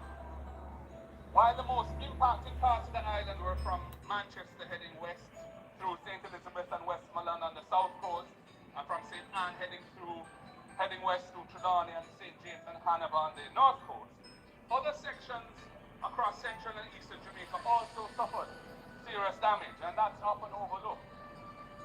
When you visit the badly affected areas, evidence of Melita's wrath remains very much before your eyes. Today, I do not come to this house to merely catalogue the damage, though the numbers that we have quoted are sobering. I come to speak about something more powerful than the storm. I come to speak about the spirit of the Jamaican people, more powerful than the storm. I have walked through the rubble and debris in Black River and in White House. I have stood in flooded, carcass-littered fields in St. Elizabeth and Westmoreland. I have listened to traumatized ladies in the shelter at Petersfield High School. I've walked with families through devastated housing schemes like Edmund Ridge, Estuary, and Catherine Hall in St. James. I've talked with mothers in Hanover who lost their roofs from their homes. Their lives have been dealt a serious setback, but their hope remains intact. I have seen what the official reports do not capture: the incredible bravery of so many unsung heroes during the passing of the storm, who risked their lives to save the elderly and the weak, neighbors sharing their last meal, churches who lost their roofs still willing to provide a helping hand to those in need, communities caring and sharing, not as individuals, but as one Jamaican people. I also saw the spirit of Jamaicans who were not affected directly by the storm, but who stepped up in a massive way. They filled barrels, boxes, planes, vans, trucks, cars, and headed to the worst affected areas to help. Our entertainment community were beacons of hope and help. And I want to big up the likes of Shaggy, Sean Paul, Spice, Pujo, Bounty, Shensia, Russian, Kemar, Rumich, and so many more. I want to pick up NGOs like Food for the Poor, Hanover Charities, World Food Kitchen, and several others who have played a massive part, helping to fill the gaps that the state did not respond to. And then there are our extraordinary Jamaican people, at home and abroad, who lent a helping hand week after week to their brothers and sisters. Thank you, Matty G. Frightening and difficult experience. At least you recognize it. Thank you. Thank you. Madam Speaker, a storm can take a roof or blow down a house, but it cannot break the spirit of a determined and resilient people. Our people remain unbroken, and so too does our resolve. We will not simply rebuild what was, we must build back better than before. This is not just a slogan, it must be a covenant, a solemn commitment that the hardship that our people have endured will not be wasted and allowed to repeat itself again. We must use this moment of crisis as the catalyst for transformation. The homes we rebuild must be able to withstand the next major storm. The roads we repair and restore must not just wash away with the next serious flooding. Our party is committed to policies and programs that will build an economy that works for every Jamaican, not just the privileged few. In this post-Melissa period, every policy that I outline today, every program that I propose, is measured against one question: does it help build us back better than before? That's the question. Does it help us build back better than before? The state has a fundamental responsibility to the people of Jamaica amidst the devastation and loss suffered by so many. Resilience without resources is rhetoric, mere rhetoric. more than speeches. They need prompt and effective action. They need a government that shows up, steps up, and fixes what is broken. And that plan not just for the next election, but for the next generations. That's what the people need.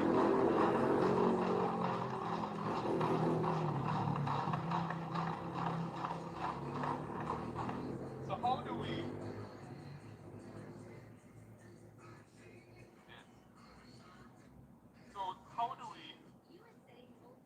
pay for recovery while maintaining fiscal stability? I have been in Parliament long enough, 20 years now, to know that promises without numbers are just noise. The BNP understands that every dollar spent must be generated by sustainable sources of revenue and fully accounted for. It was the BNP that enacted the current form of the fiscal responsibility framework. We did that, not you. You went partway, we took it to where it is now. It was the last BNP administration that stabilized the economy, which others, including you, Prime Minister, had left in ruins. We did not abandon fiscal discipline in a crisis. We didn't do that. We applied it with greater discernment and precision. Because building back better than before requires not just vision, but the credibility to finance that vision responsibly. The hurricane has damaged our infrastructure, but it must not damage our people. We must manage our resources with the care of a good mother, how she manages her household, knowing that reckless today means greater problems tomorrow. However, in a sharp downturn like the one we are facing now, after a calamity that has damaged the nation's productive capacity, fiscal responsibility does not mean bookkeeping. It doesn't mean excessive fiscal conservatism this time. It means judicious fiscal decision-making. It means sensible prioritization. It means ensuring that every dollar we spend on public works creates lasting value, not temporary relief that washes away with the next heavy rains. That is what building back better than before demands.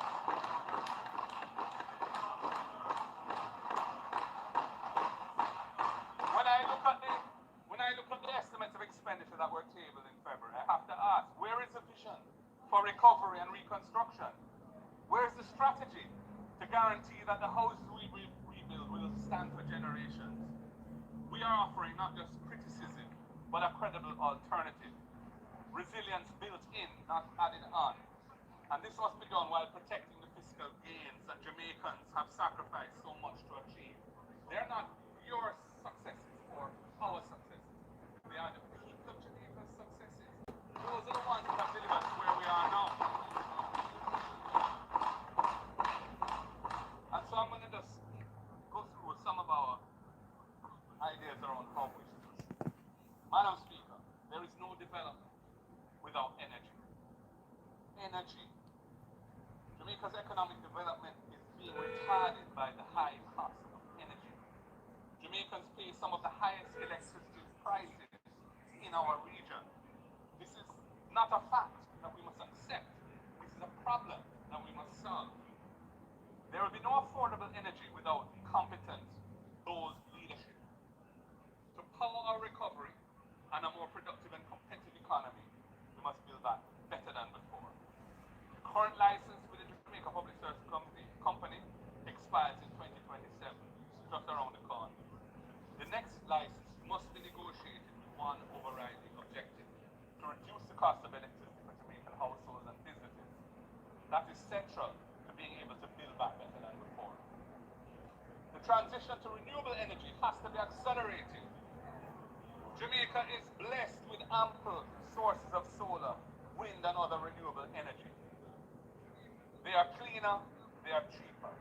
And as the current war rages in the Middle East, Jamaica remains way too vulnerable to external shocks that cause sharp, painful, and economically debilitating spikes in the price of oil and gas that we import to fuel.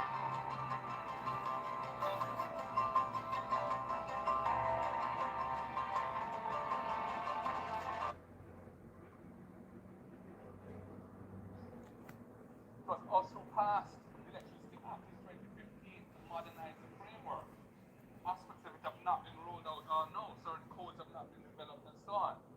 And we were the ones who established the General Procurement Office to ensure that new projects to build out productive capacity in the energy sector could be done transparently and efficiently.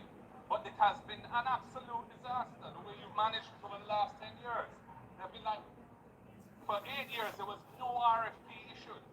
And we've been stagnant in the same mix, essentially, other than the projects that were initiated under us and came to fruition a few years after. You should be issuing utility-scale requests for proposals every 2 or 3 years, ensuring a steady pipeline of new generation capacity. This modern, forward-looking approach is how we would build that better than before.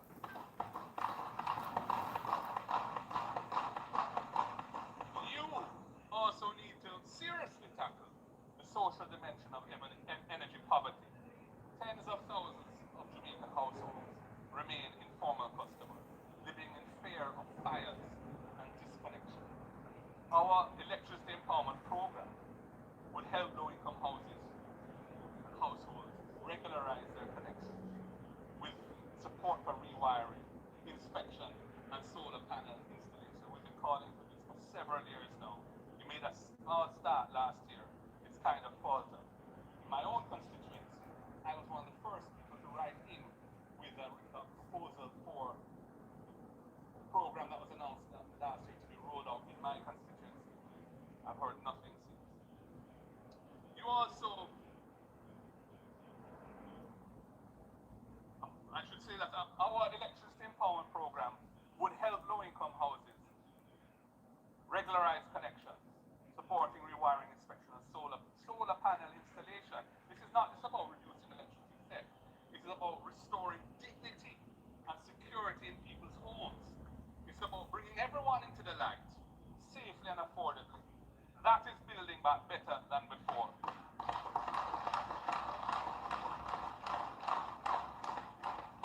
Madam Speaker, looking at the health sector, Jamaica's hospitals in the public health system are in a shockingly bad state. Corridors are filled with patients. Vital equipment either doesn't exist or is not in good working order. The staff are doing the work of 3 people each with the resources of 1. The crisis in our public health system has now been compounded by the decision of this government to terminate the Cuban arrangement. For the past century, half a century, healthcare workers from Cuba have served side by side with our own professionals in hospitals, in our clinics, under a bilateral agreement that facilitated cooperation, and that has stood the tale. That bilateral agreement has been continued on the governments on both sides. At the time when our emergency departments are overflowing, when our operating theaters sit idle for lack of staff or some equipment not working, when our nurses are immigrating in such high numbers, this government has chosen to send home a couple hundred Cuba doctors and nurses who are on the ground working in public health facilities and serving our people. That is not or less because of some of them need to replace it, which you don't. So I say, why not roll out the National Health Insurance Scheme, beginning with full coverage for our most vulnerable, children from birth to 18 years, seniors 65 years and older, and persons with disabilities. Start with them.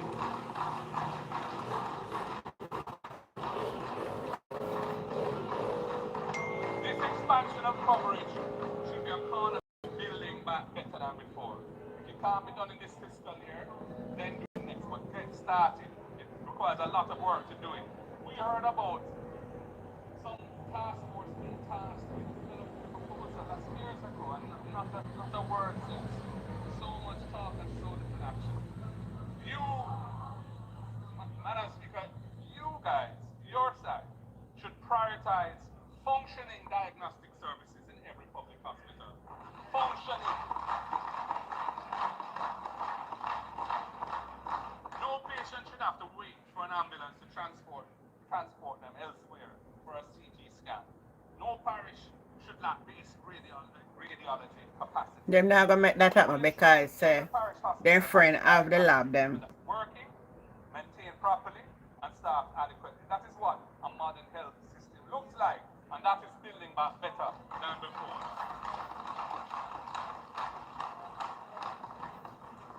You know, and we have this corner regional debacle going into its umpteenth year. I don't know how many years since that project started with a $2 billion budget. 20-odd billion. We don't even know the current numbers, and it can't finish. Now they talk about some dome as a stopgap measure. Well, yeah, great, but finish the project, man. We need proper accountability. Somebody should be held responsible for the mother of all overruns.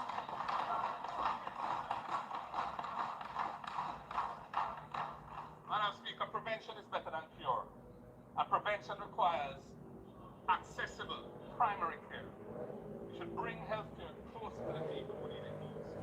We will be upgrading community clinics, extending opening hours, and installing better equipment. That is building back better than before. You need to restore morale in the health service by restoring respect for those who deliver the service. You should be compensating healthcare workers fairly and providing them with housing support through the National Housing Trust and ensuring that they have the tools that they need to do the job. A stronger, more resilient health system requires stronger, better supported workforce.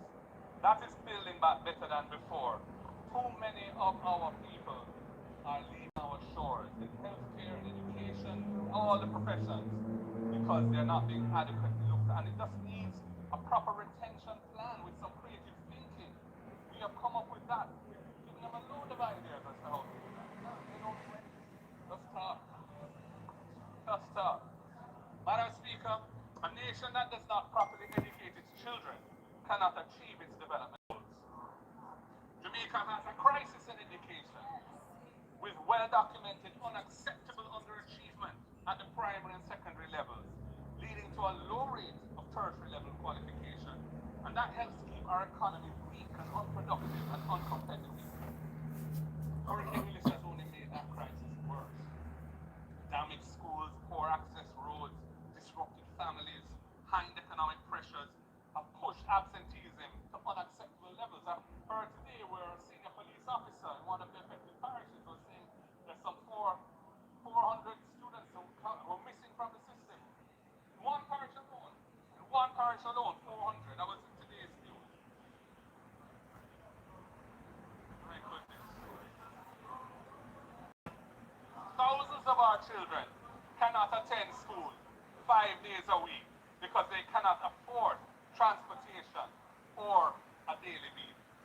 This has to be addressed head-on.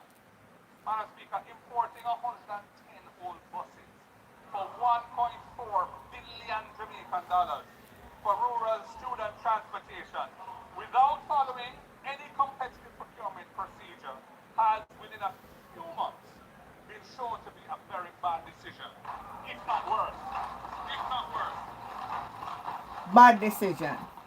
We told Bad you that decision. from the very beginning. Yes. Now, after $1.4 billion of purchasing these old buses and another $871 million in operating expenses with a revenue model that does not work at all, you say that you're switching to new ones. All I can say is, what a weed when you practice to deceive.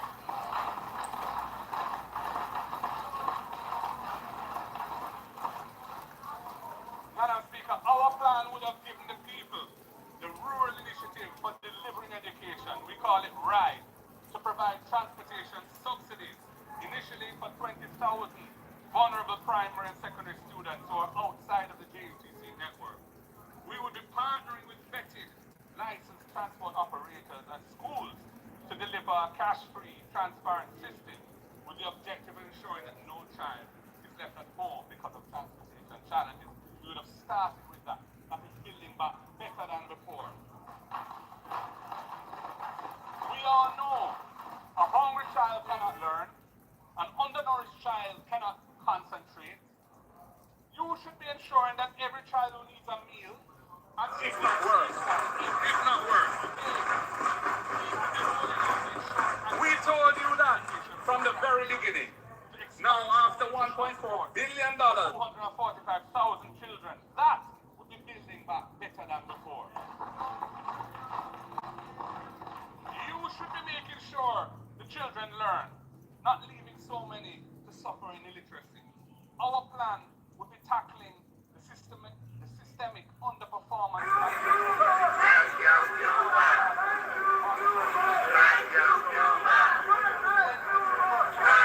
the fundamentals of reading, writing, to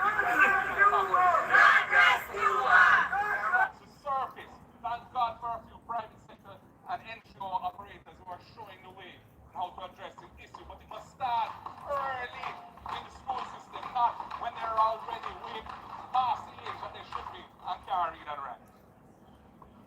You should be also addressing the historic deficits of self-esteem, self-love, personal discipline, and a sense of responsibility for others. You should be ensuring our children understand who they are, the greatness of their past, and their potential, and what it means to be a citizen of Jamaica. We would be tackling adverse social behaviors head-on by embedding the teachings of the right, excellent Marcus Messiah Garvey in the national curriculum and restoring civics education fully. We will be expanding programs for children with special needs, which is a huge problem in the country. Madam Speaker, a respected and motivated teacher is a retained teacher, someone who stays in the system. And a retained teacher is a gift to our nation that keeps on giving for generations. I have to ask, where is your teacher retention plan? You should be encouraging teachers to stay in the system by providing student debt reductions, motor vehicle concessions that increase with years of service, and other things that we have been telling you to do, which are eminently doable, which will make a big difference in the lives of our teachers, increase retention, and you're not doing it. You should be prioritizing our teachers when it comes to National Housing Trust allocations of houses. You should be negotiating package deals for teachers to get free internet service as a tool of their trade. You should be valuing our educators by practical policies that improve their quality of life. That is building back better than before. This really pissed me off. Take a look.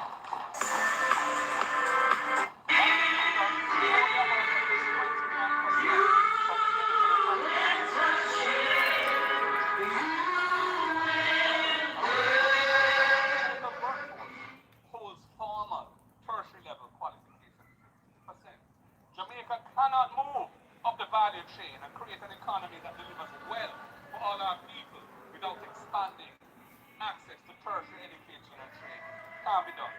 You should be doing something about this, but you're failing the people. We would roll out the First in Family Scholarship Program, providing full scholarships for the first person in a family to attend university or college. And our spokesperson for education should take a bow because his creative thinking has put that on the table. I want to pick him up for that. With the benefit of that investment in their socio-economic upliftment, they could then help their brothers and sisters to do the same. Madam Speaker, education should lift people up, not weigh them down. Education should lift people up, not weigh them down.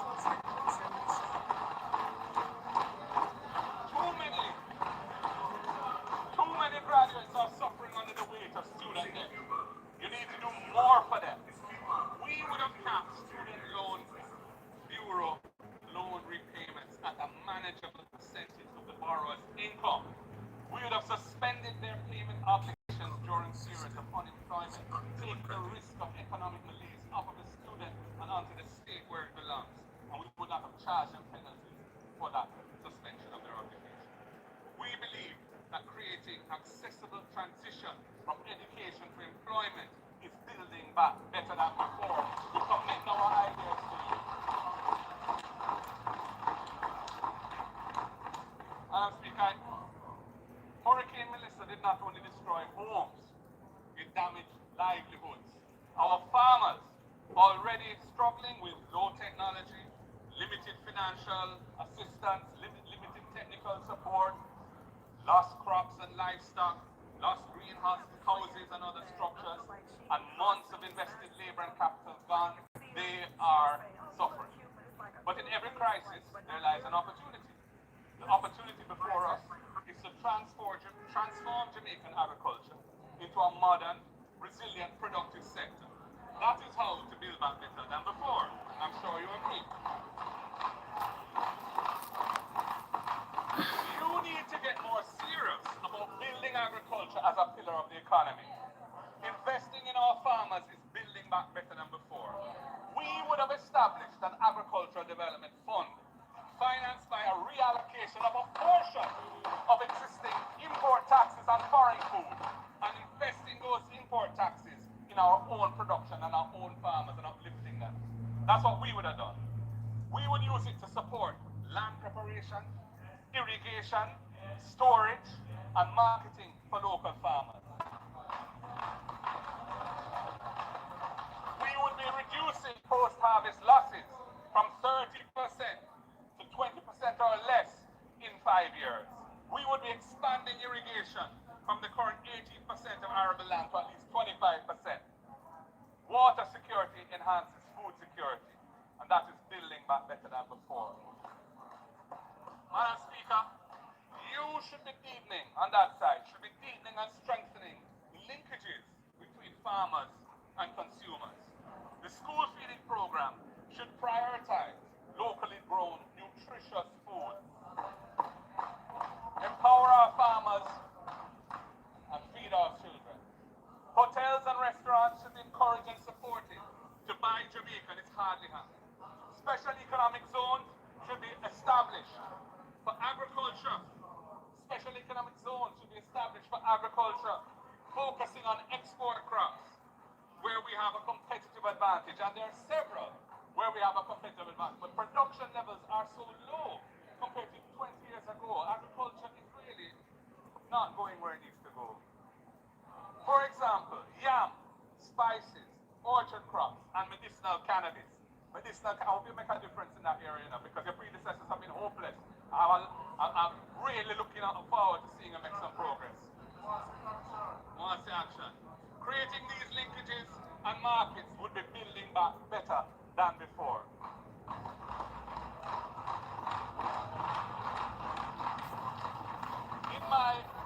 In my 2024 budget presentation, I spoke to the need for greater transparency and rationality in how food import permits are allocated. Imported produce that competes with local farmers raises serious issues of fairness, as the playing field is not level when farmers in North America and Europe benefit from massive state subsidies alongside other advantages such as economies of scale. The system of granting import permits is also conducive of corruption. At that time, when I said it, onion imports were causing losses to farmers when there was ample local supply. It is distressing to read in the media once again of a large onion farmer thinking of giving up agriculture and going into another, going into another profession because of the market being undermined by huge imports. Madam Speaker, this is not just bad policy. It is infected with nepotism. I have seen the customs declaration for an imported shipment of 1,300 bags of onions brought in by a communications company owned by a JLP activist and former MP. I've seen it. I can share it with you if you want to see it. The system of granting import permits needs to be overhauled and put on a transparent footing. And Madam Speaker, priority must be given to importers that represent and support the affected farmers, not politically connected margin gatherers. If you get the privilege of making money out of imported food, those profits should be in the agricultural sector to help build it.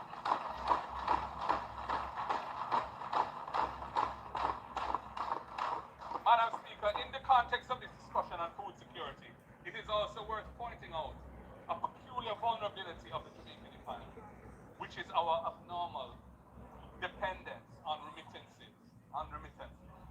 Remittances provide currently some 3.5 billion US of financing to the Jamaican people this year, with 100% retention in the local economy, unlike tourism, and the direct support that it provides low-income families.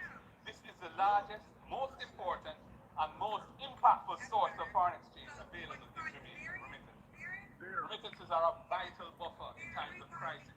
During the pandemic, when other large dried up as international travel ceased, our balance of payments remained largely unaffected, and the exchange rate remained stable because of the increase in remittances, which effectively rebalanced the current account of the country. Similarly, after Melissa struck, in December 2025, net remittance flows of $350.3 million US represented a 13.6% increase over the same month in the prior year, helping to fund the revaluation of our currency, which has taken place since December, and that has helped to keep inflation below what the Bank of Jamaica had originally projected after the storm. And in fact, I think the inflation numbers for February were just published, and again, it's below the lower band of the inflation target, 3.9%. Even in normal times, remittances help to sustain our current account balance and finance our imports, including $1.4 billion of food imports, which amount to nearly 20% of total imports, something which we cannot continue to allow. It's not sustainable, and it is depriving value added and wealth creation in our economy. But we have to big up and give thanks to the Jamaican diaspora for their commitment to their home country.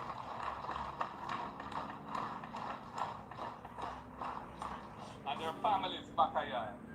Their role in our economy is fundamental, and they deserve to be treated as worthy partners and facilitated in their participation in national development.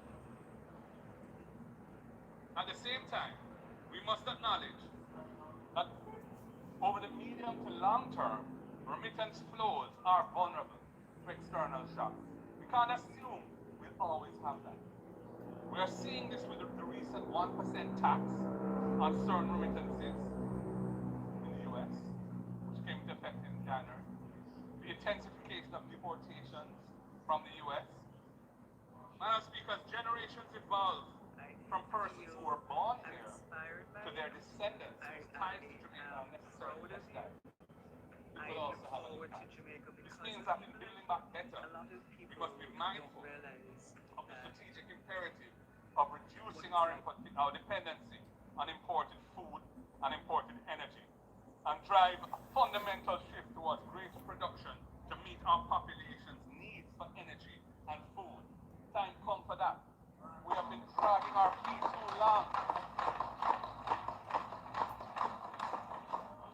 Madam Speaker, the images that emerged after Melissa will stay with us for years. Families sifting through rubble, children sleeping in schoolrooms, community centers, elderly persons exposed to the elements. Housing is not just about shelter, it's about dignity. And too many Jamaicans have been denied dignity long. When we rebuild, we cannot just rebuild the same vulnerable structures. We have to build back better than before.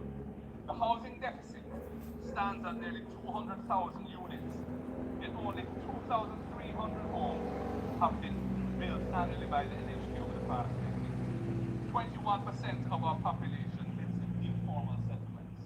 This is not merely another statistic. This is a national failure of epic proportions. Jamaica up your cash over 100 winners, more than $2.6 million in cash and prizes up for grabs. Win cash every. Incentivizing development in deep rural communities. You should be offering relocation grants to teachers and healthcare workers to serve in those areas. We would be building at least 500 new houses per term in rural constituencies, and we would prioritize public sector workers and persons with disabilities in the allocation of those houses. That would build back those communities better than before.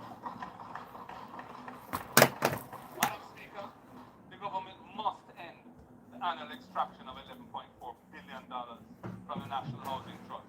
When it was implemented, it was for 4 years. That should have ended in 2017. 9 years later, it's still going on, and they've announced that they're going to continue for another 5 on top of that. Our spokesperson for finance has shown finance this in a fiscally responsible way, so you don't have to take it anymore. That money should once again be used for housing, not for plugging the government's fiscal accounts.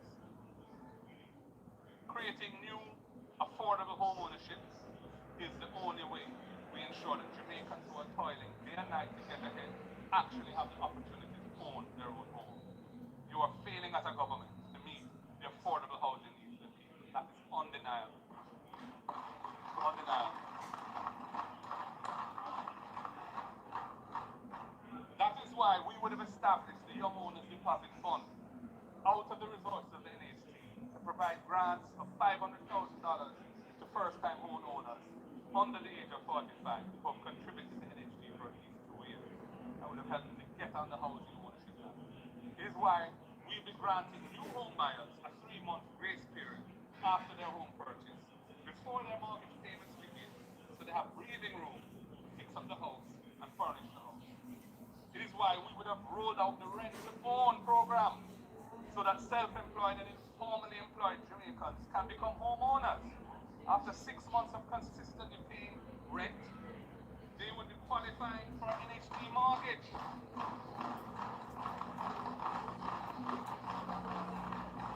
We'd also allow a portion of their rent to count towards their deposit, creating a clear pathway from tenancy to ownership.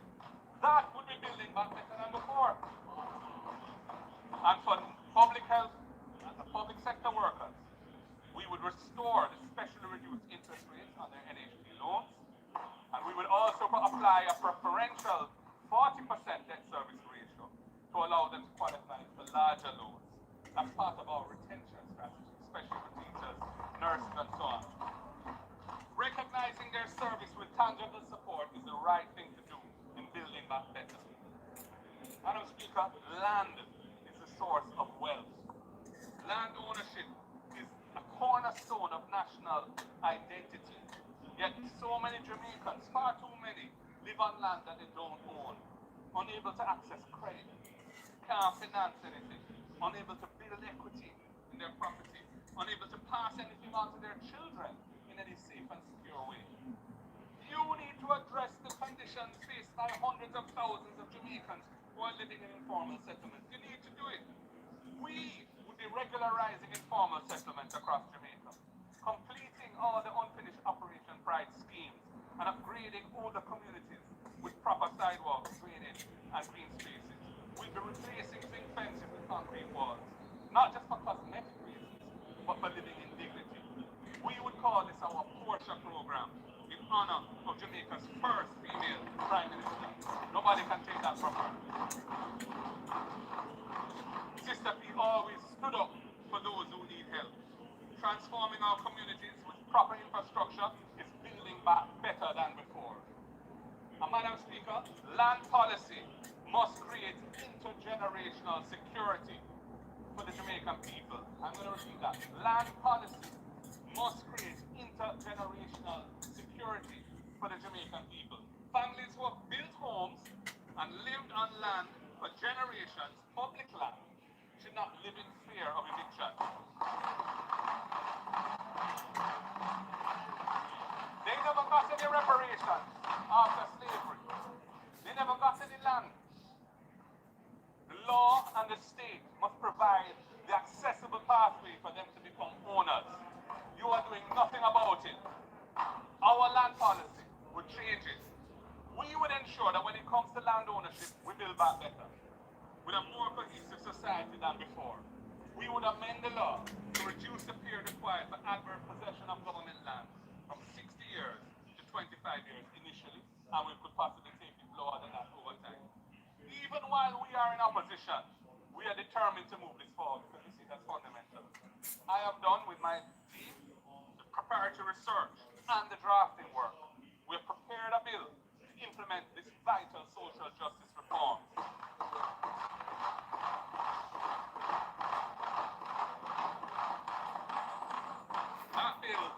That bill will seek to amend 3 pieces of legislation.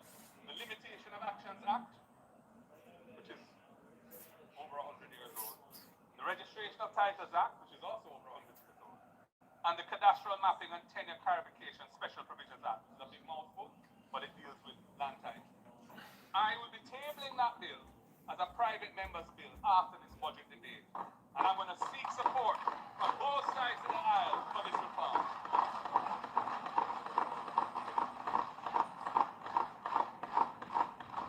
Madam Speaker, and where possession is well established, but the 25-year threshold has not yet been met by the person on the land, we would facilitate purchase and titling for them at affordable prices with concessionary payment terms. We need to make owners out of the Jamaican people so that they have a piece of the rock. This is social justice, which is a fundamental aspiration of our political movement. That is building back better than before. Madam Speaker, after 10 years in government, what have you done about beach access in Jamaica? More and more beaches are being taken away from the public. Our people are crying out for access to the beaches of the island. You've been dragging your feet on this issue for years. Your policy is stuck in the usual multiple announcements. You know, this is announced, it's announced, it's announced. It's a bit like that Bureaucratic in St. Thomas there, where it's open, it's like, no proper infrastructure. I'm sure it's going to be open a few more times. I see some public bodies now signs with a big smile on their face to go in there and it's not even ready. We will use the law to guarantee public access while balancing legitimate tourism and private interests. No Jamaican should be barred from the foreshore. Restoring our people's connection to our national heritage should be part of building back better than before. It's very critical. Madam Speaker, already appalling rural road network in an even more deplorable condition. Road and terrible for true, man. Terrible. Farmers in St. Thomas can't get their produce to market. Children in Portland struggle to get to school.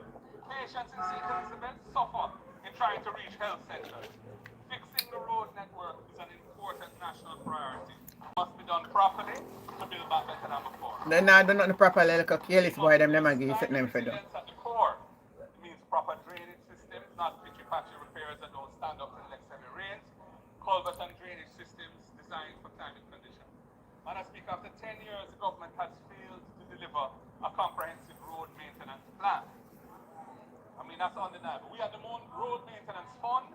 They terminated that fund. That was a dedicated fund that was supposed to ensure that Jamaica had a proper road maintenance plan. They took it away, used it as to guarantee some loan from overseas for some programs, and never put anything back in its place. And there was no proper road maintenance plan or policy for years and years and years. And the road network is in a shambles. Not to say that you want to create a one road authority. Talking about one road authority. Madam Speaker, I am not against streamlining responsibilities. I am not against promoting best practices. I'm not against quality assurance. These are important things. However, local authorities must be empowered to execute robust road repair and maintenance programs in each parish. That is a must. That is a must. We would treat road maintenance as a permanent commitment by establishing a divisional road maintenance fund and allocating at least 15 million per division annually for local road maintenance to be administered through the local authorities. And special provision needs to be made for farm roads. When a farmer can't get down to Coronation Market or when a truck can't reach a rural agro-processing center or the market in Montego Bay, it undermines food security and we all pay the price. The road from the farm to the fork must be passable, reliable, and resilient. We would include a further amount of at least $5 million annually per division in rural areas to maintain farm to market roads. That would be building back better than before. And by doing it through the local governance network, you're empowering local communities. It would avoid the pitfalls of centralized bureaucracy. It would empower local people with local knowledge to fix local roads on a timely basis. This means accountability where it belongs, in the hands of local communities and their local representatives.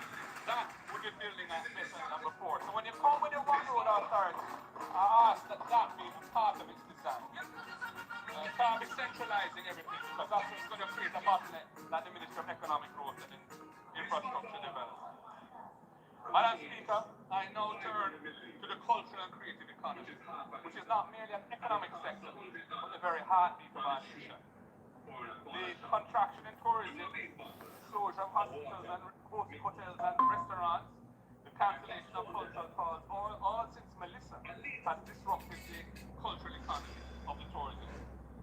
Community recreation and entertainment, fish fries and round robins that keep our community alive have taken a hit. And now we're at some festival from Mobile. And it's going to be one night in St. Anne.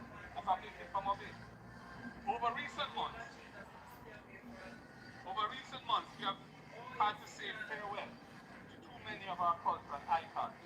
The great Jimmy Cliff, who helped to make reggae music an international genre and carried a message of liberation to the world stage.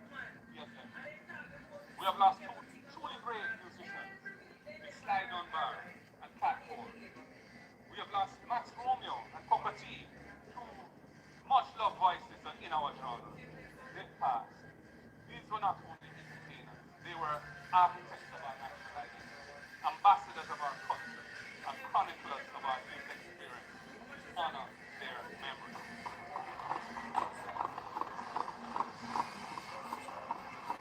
It is in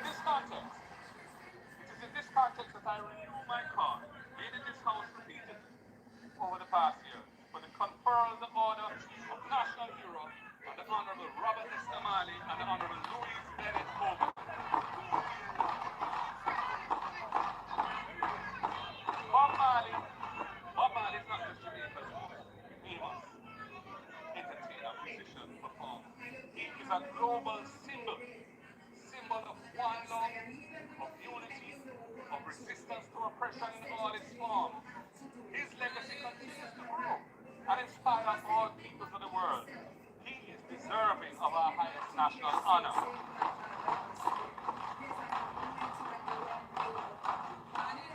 His 80th birthday has passed.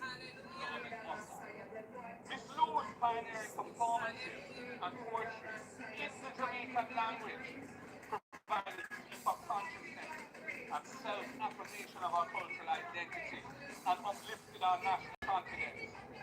She should be recognized as our second female national heroine.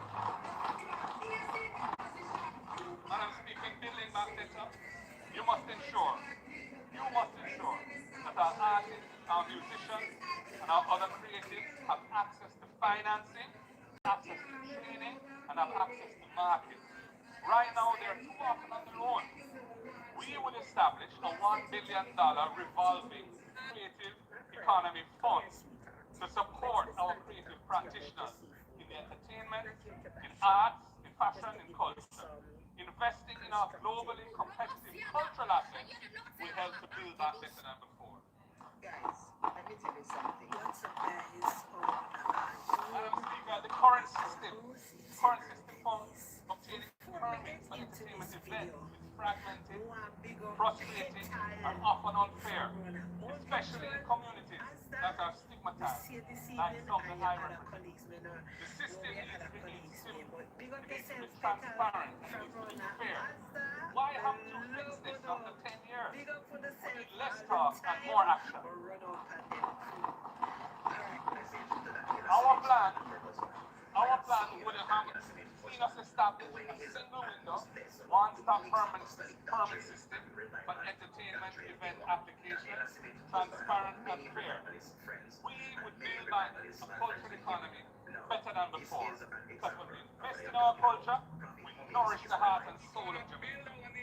We recognize the importance of culture and the creative industries in general, and the entertainment sector in particular, in providing livelihoods and driving commerce at the base of the economy. It's a very important sector. Madam Speaker, I move to small business. If you want to gauge the buoyancy of the Jamaican economy, look at the stock market under this government. This government has presided over 5 years of dormant valuations, sluggish listings, diminishing returns, and but what about the market vendor, the corner shop owner, the mechanic, the hairdresser, the small contractor? These should be the real engines of our economy, but they are struggling. You must empower MSMEs with concrete practical support. Jamaica's informal economy has been estimated at 40% of the overall economy. This inhibits, I remind you that in 2015, Jamaica had the best performing stock exchange in the world. Don't forget that, because you like to revise history. But we're not letting you do it. Jamaica's informal economy has been estimated at 40% of our total economy. This inhibits national development, because informality is a restriction on scope for business expansion. These businesses are often excluded from the financial system and from opportunities to build market share, and it contributes to our weak economic growth. The informal economy, Madam Speaker, the informal economy is large, not because Jamaicans want to be outside the system, but because the barriers to formalization are high, and the incentives to do so are unreachable. The cost of compliance when MSMEs seek to formalize, both in terms of fees, in terms of effort, are burdensome. Too many of Jamaica's bureaucratic systems are business unfriendly. Even government programs for MSME support that are announced and funded year after year have failed to have the desired impact. Their design and the requirements imposed fail to take the limited capacity of MSMEs into account, and so we don't have transformation, we don't have transition to a better economy. You must lower these costs and remove these barriers. That's your job. That is what we would be doing. That's what we would be doing. We would offer a 3-year tax holiday for businesses once they formalize their operations.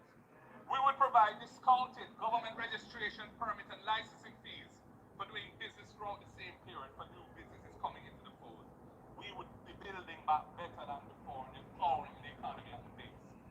This government, and every government, spends billions of dollars annually on goods and services. Small businesses get their share. The law to allow this has been in place since 2019. We modernized the procurement system with the Public Procurement Act. Regulations took a long time to come out. 2019 they came with provisions for setbacks and margins of appreciation for vulnerable and underserved groups, etc. 2019, nothing has been done to make it happen. 7 years later, you're saying you want to do it now. Well, let's see. This cannot be just mere talk and more of the same. You should be proactive in pushing these arrangements to favor MSMEs. Earmark 50% of government contracts to MSMEs. Actively monitor that target to ensure that it happens. Do not set a target.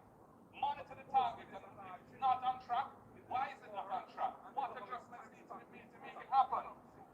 That's what we would be doing. That is building back better than before. Madam Speaker, our young people in this country have ideas, they have energy, they have talent, they need capital, they need mentorship. What are you doing about this? I know something, way too little. We would have established a revolving $1 billion National Youth Innovation Fund to support youth-led tech and creative startups, empowering our youth to innovate and lead. That would be building back better. We must do something for the young people. I move to workers' rights and the dignity of work. Madam Speaker, the labor movement worked to build modern Jamaica. From the struggles of 1938 to the trade unions of today, workers have fought for every right they enjoy. But those rights are under threat. A stronger, fairer economy for workers is what it means to build back better than before. Madam Speaker, the abuse of contract work arrangements has become a matter of national shame. Workers in some industries are employed for years, sometimes decades, and repeating short-term contracts that deny them the benefits and protections that are afforded to permanent employees. This undermines families, long-term security, it weakens social cohesion in our society, and it must end. You seem happy to let things continue the way they are. We would not do so. We would ensure that genuine workers regardless of the legal form of their contracts. We would be part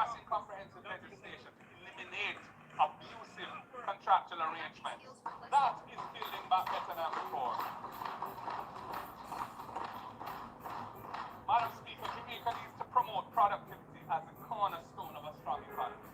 If you work extra hard, you should keep what you earn. What are you doing to incentivize greater national productivity? That's what I want to know. What are you doing? We would remove taxes and overtime pay for persons earning up to $6 million annually. We would remove tax from tips and gratuities for hotel workers and others in the hospitality sector.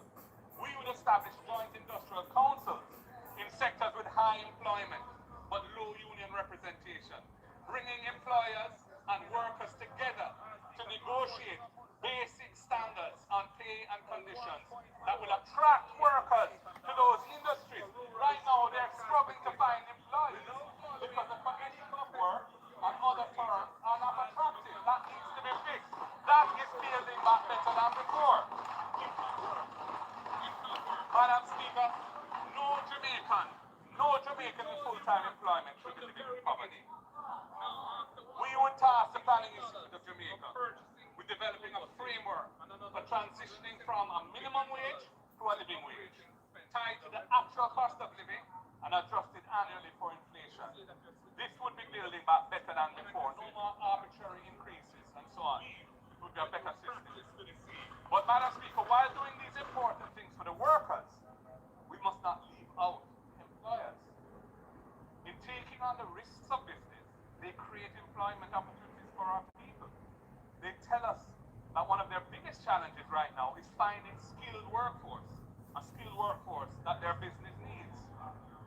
Our economy generally, and reconstruction after Minister in particular, requires skills that have been depleted in this country by years of migration and the mismanagement, quite frankly, of the national training system. This government has failed to come to grips with the productivity gap. Productivity has been in persistent long-term decline in Jamaica at an average annual rate of nearly 0.9%. True. That problem must be addressed. Sustainable economic growth cannot move to the next gear without a skilled workforce to drive productivity. Good. I'm glad to see you clap. I want to see you don't do something about it. That's what I want. I don't want to clap. I want you to do something about it. We do not believe in importing workers when... Make it a habit. 7 minutes of Tai Chi every morning, all the way for 1 month. In one...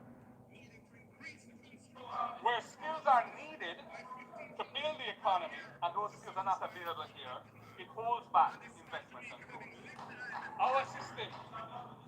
Our system of work permits needs to efficiently, transparently, and inexpensively facilitate the filling of skills, which, based on objective evidence and analysis,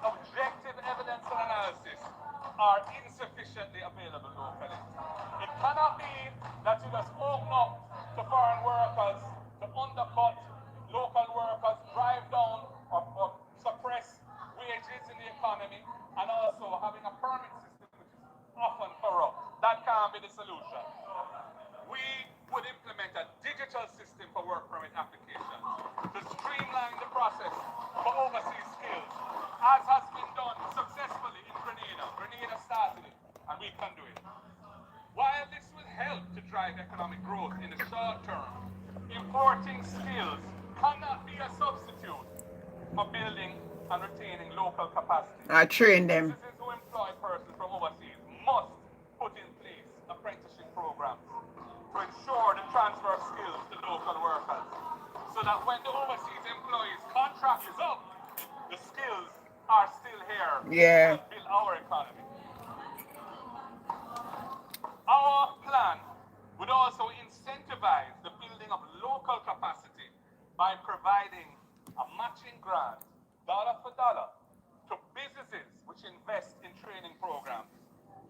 This would be funded out of heart, but would utilize the best form of training, which is hands-on training, on the job, practical experience, immersed in the work discipline of an actual business environment.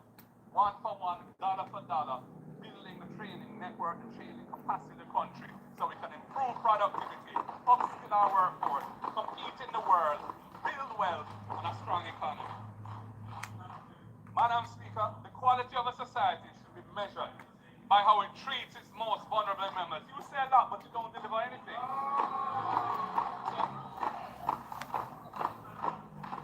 Our senior citizens, much of whom have spent their working lives building this country, too often struggle to access their pensions on time. Persons with disabilities face barriers in transportation, housing, education, employment, and daily life. Survivors of domestic violence seek shelter and find waiting lists. That's what's happening. What are you doing about these things? That's my question. What are you doing about these things? The slow payment of pension, to accessibility for persons with disabilities, and domestic violence victims. Strengthening our social safety net should be a critical part of building back better. We would recognize and prioritize timely delivery of pension payments and increase the tax exemption on pension income, recognizing that our seniors have paid their dues and deserve to live with dignity. That should be done.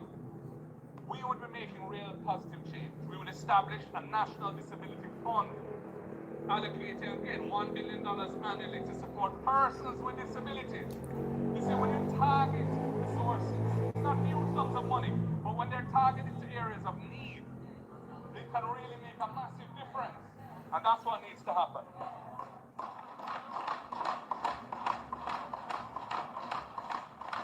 That fund would be providing assistive technologies, improved accessibility, and supporting organizations that Rain really fall. community.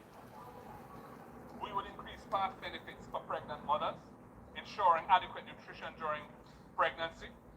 We would establish support centers in every parish for survivors of domestic and gender-based violence, providing safe havens, counseling, and legal support. Every parish should have a center for that type of care and protection, because gender-based violence is a big problem right across the country. We recognize that important, unsupported social outreach of the church community and other faith-based organizations. We recognize how important that is. They assist vulnerable Jamaicans, especially in underserved communities. We would be establishing a faith-based community transformation fund, funded with $1 billion annually, to support the programs of churches and faith-based organizations that strengthen families, that promote economic resilience, and build community cohesion. They are filling a massive gap in underserved communities, but they struggle. They could do so much more. They have the wherewithal, they have the good intent, they know the people on the ground. The state should get behind them and help make them make a big difference. Madam Speaker, these are measures that would build back better than before. Now, all well-thinking Jamaicans, welcome and celebrate the significant fall in murders in Jamaica over the past 2 years. And that is after 8 years of questionable policies, using states of emergency as a routine policing tool that the Constitutional Court has ruled to be unlawful. I once again want to extend congratulations to the Commissioner of Police and those brave and selfless police officers for this significant achievement. Respect is due to them. Madam Speaker, the policy of focused deterrence, which we have been calling for some time, has brought results. However, few people are comfortable with a very high level of police fatal shootings. Sometimes in circumstances where there are no living witnesses other than the officers involved. Sustained success in law enforcement requires the support and buy-in of the local population. It does. You can't have a sustained program without the support of the local population. And that support will be at risk if there is a feeling that accountability and justice are being sacrificed. And I've experienced this recently in my own constituency. It's a matter that is probably going to be before the court and so on. I'm not going to speak to it in detail. This is why I once again call for the introduction of body-worn cameras, especially on special operations, when many of the controversial fatal shootings take place. It is not happening. Don't tell me it's happening. Body-worn cameras have been successfully used overseas and are now the norm in several jurisdictions. That's right. Madam Speaker, the Jamaica Constabulary Force will benefit. The force will benefit from the enhanced confidence that it will bring among the population when they are assured that there is accountability on both sides for what happened and that they are here to serve and protect. It is a win-win, and I encourage the police to roll it out quickly. Madam Speaker, thousands of Jamaicans are trapped in a cycle of debt, which prevents them from moving forward. They owe property taxes, they owe traffic tickets, they owe water bills, they owe student loans. Interest and penalties have often grown larger than the original debt, and they cannot see a way out. Providing a genuine second chance to these Jamaicans so that they can start over again is a powerful way to build back better than before. We should offer them a second chance for a clean slate. We would give people some room to, and we would provide a moratorium payment for the repayment of principal. This is an investment in economic activity. When people are freed from the weight of unpayable debt, they can start to build back their lives. Most often, they benefit from learning where they went wrong before and avoiding repeating those past mistakes. You won't get 100% improvement, but in any good idea, if you're getting majority benefits, and that's worth doing, many will start businesses. Some will buy homes. They will contribute to the economy. Madam Speaker, clean slate is not just compassionate, it is economically sound. It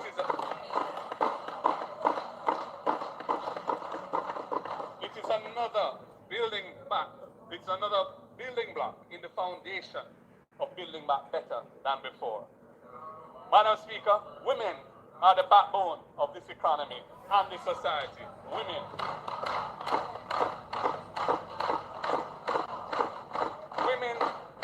Women run our markets. Women do businesses as entrepreneurs, including in agriculture. They staff our hospitals. They lead our classrooms. They shape businesses and corporations. They basically are the majority in the judiciary, civil service. They hold families together.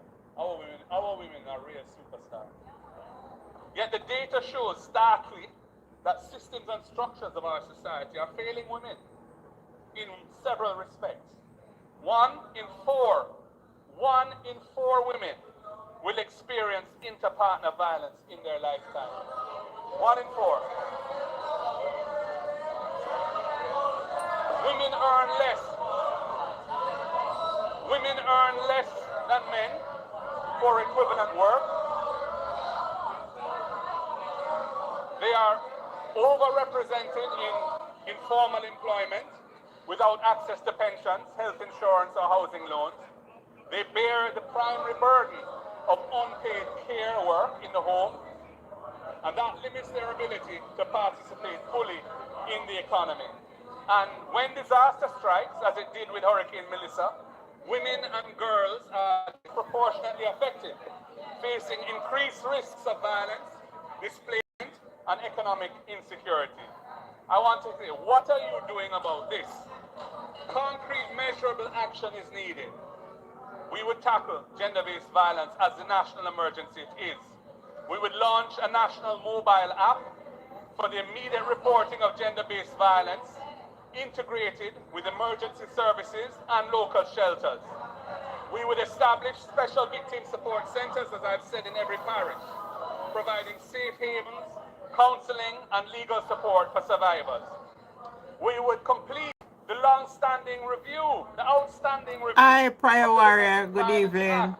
And implement its recommendations to protect women against domestic violence. against stalking, against cyber harassment, against digital abuse. We would strengthen the economic empowerment of women. Our 3-year tax holiday would help women-owned enterprises to step out of the shadows and into the formal economy, earmarking 15% of government contracts for MSMEs would create new opportunities for women entrepreneurs. Our Clean Slate program for giving interest and penalties on debts owed to government will disproportionately benefit women as they are overrepresented among micro entrepreneurs and informal workers. And our policy to remove tax from overtime pay for persons earning up to $6 million a year would put more money in the pockets of working women.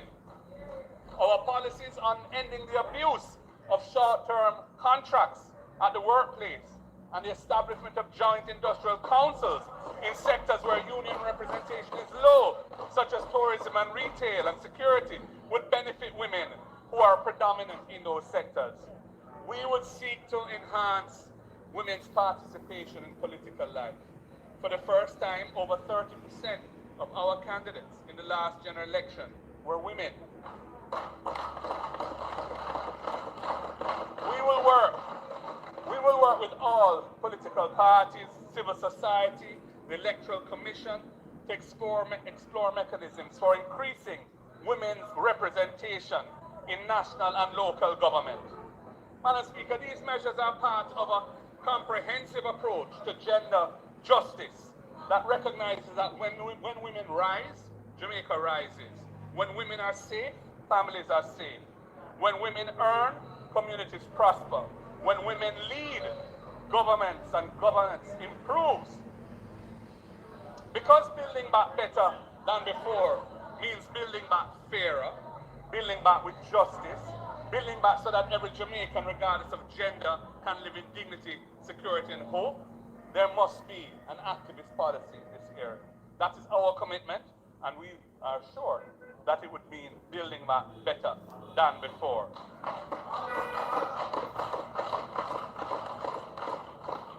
Madam Speaker, in 6 months, Jamaica has endured a ferocious hurricane that has tested our national will and our resilience. The war in the Middle East will reverberate across the globe to our shores, threatening supply chains, pushing up prices, making daily lives even harder.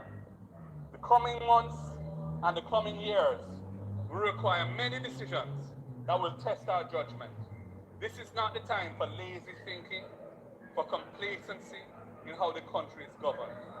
As we have shown in this budget debate, there is a better way that things can be done, from the design of the budget itself to the prioritization of things that can make Jamaica stronger and make life better for our people.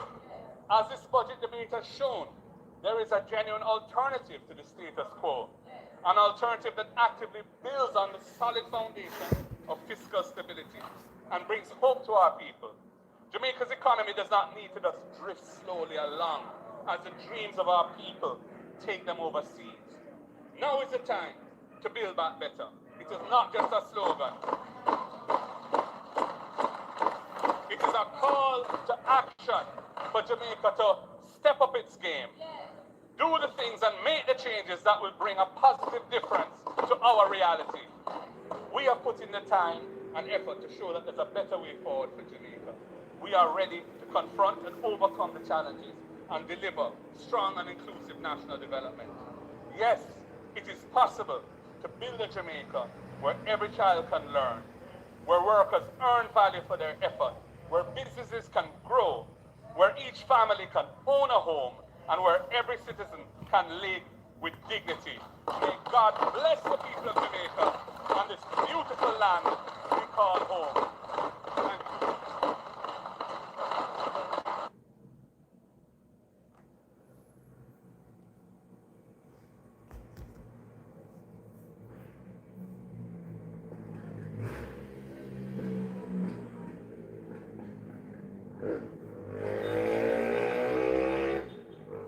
House leader. Madam Speaker, we thank the Leader of the Opposition for his presentation.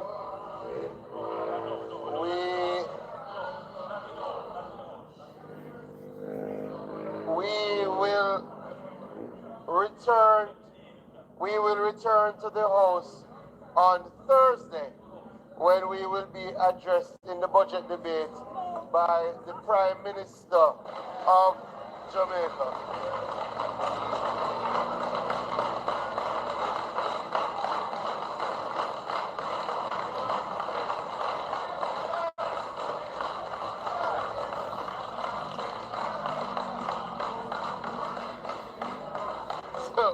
Madam Speaker, so we now move to suspend the budget debate and return on Thursday, and it is intended to do no further business today. So I ask that the House be adjourned until Thursday,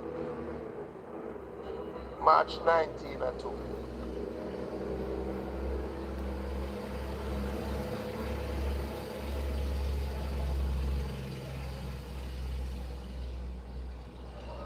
As indicated by the House Leader, the request is that we suspend the debate until Thursday, March 19. Those in favor?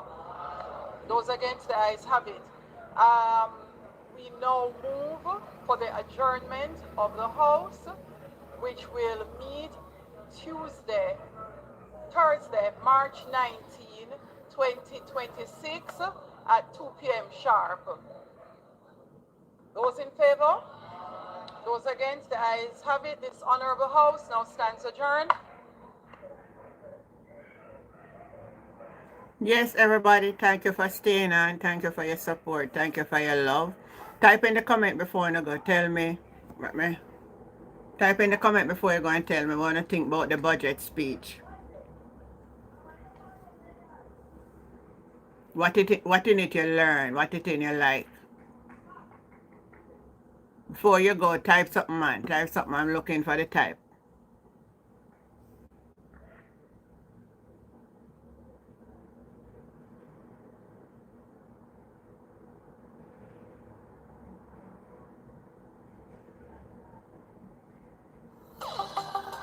All right, bye till later, guys. Bye, love you, later.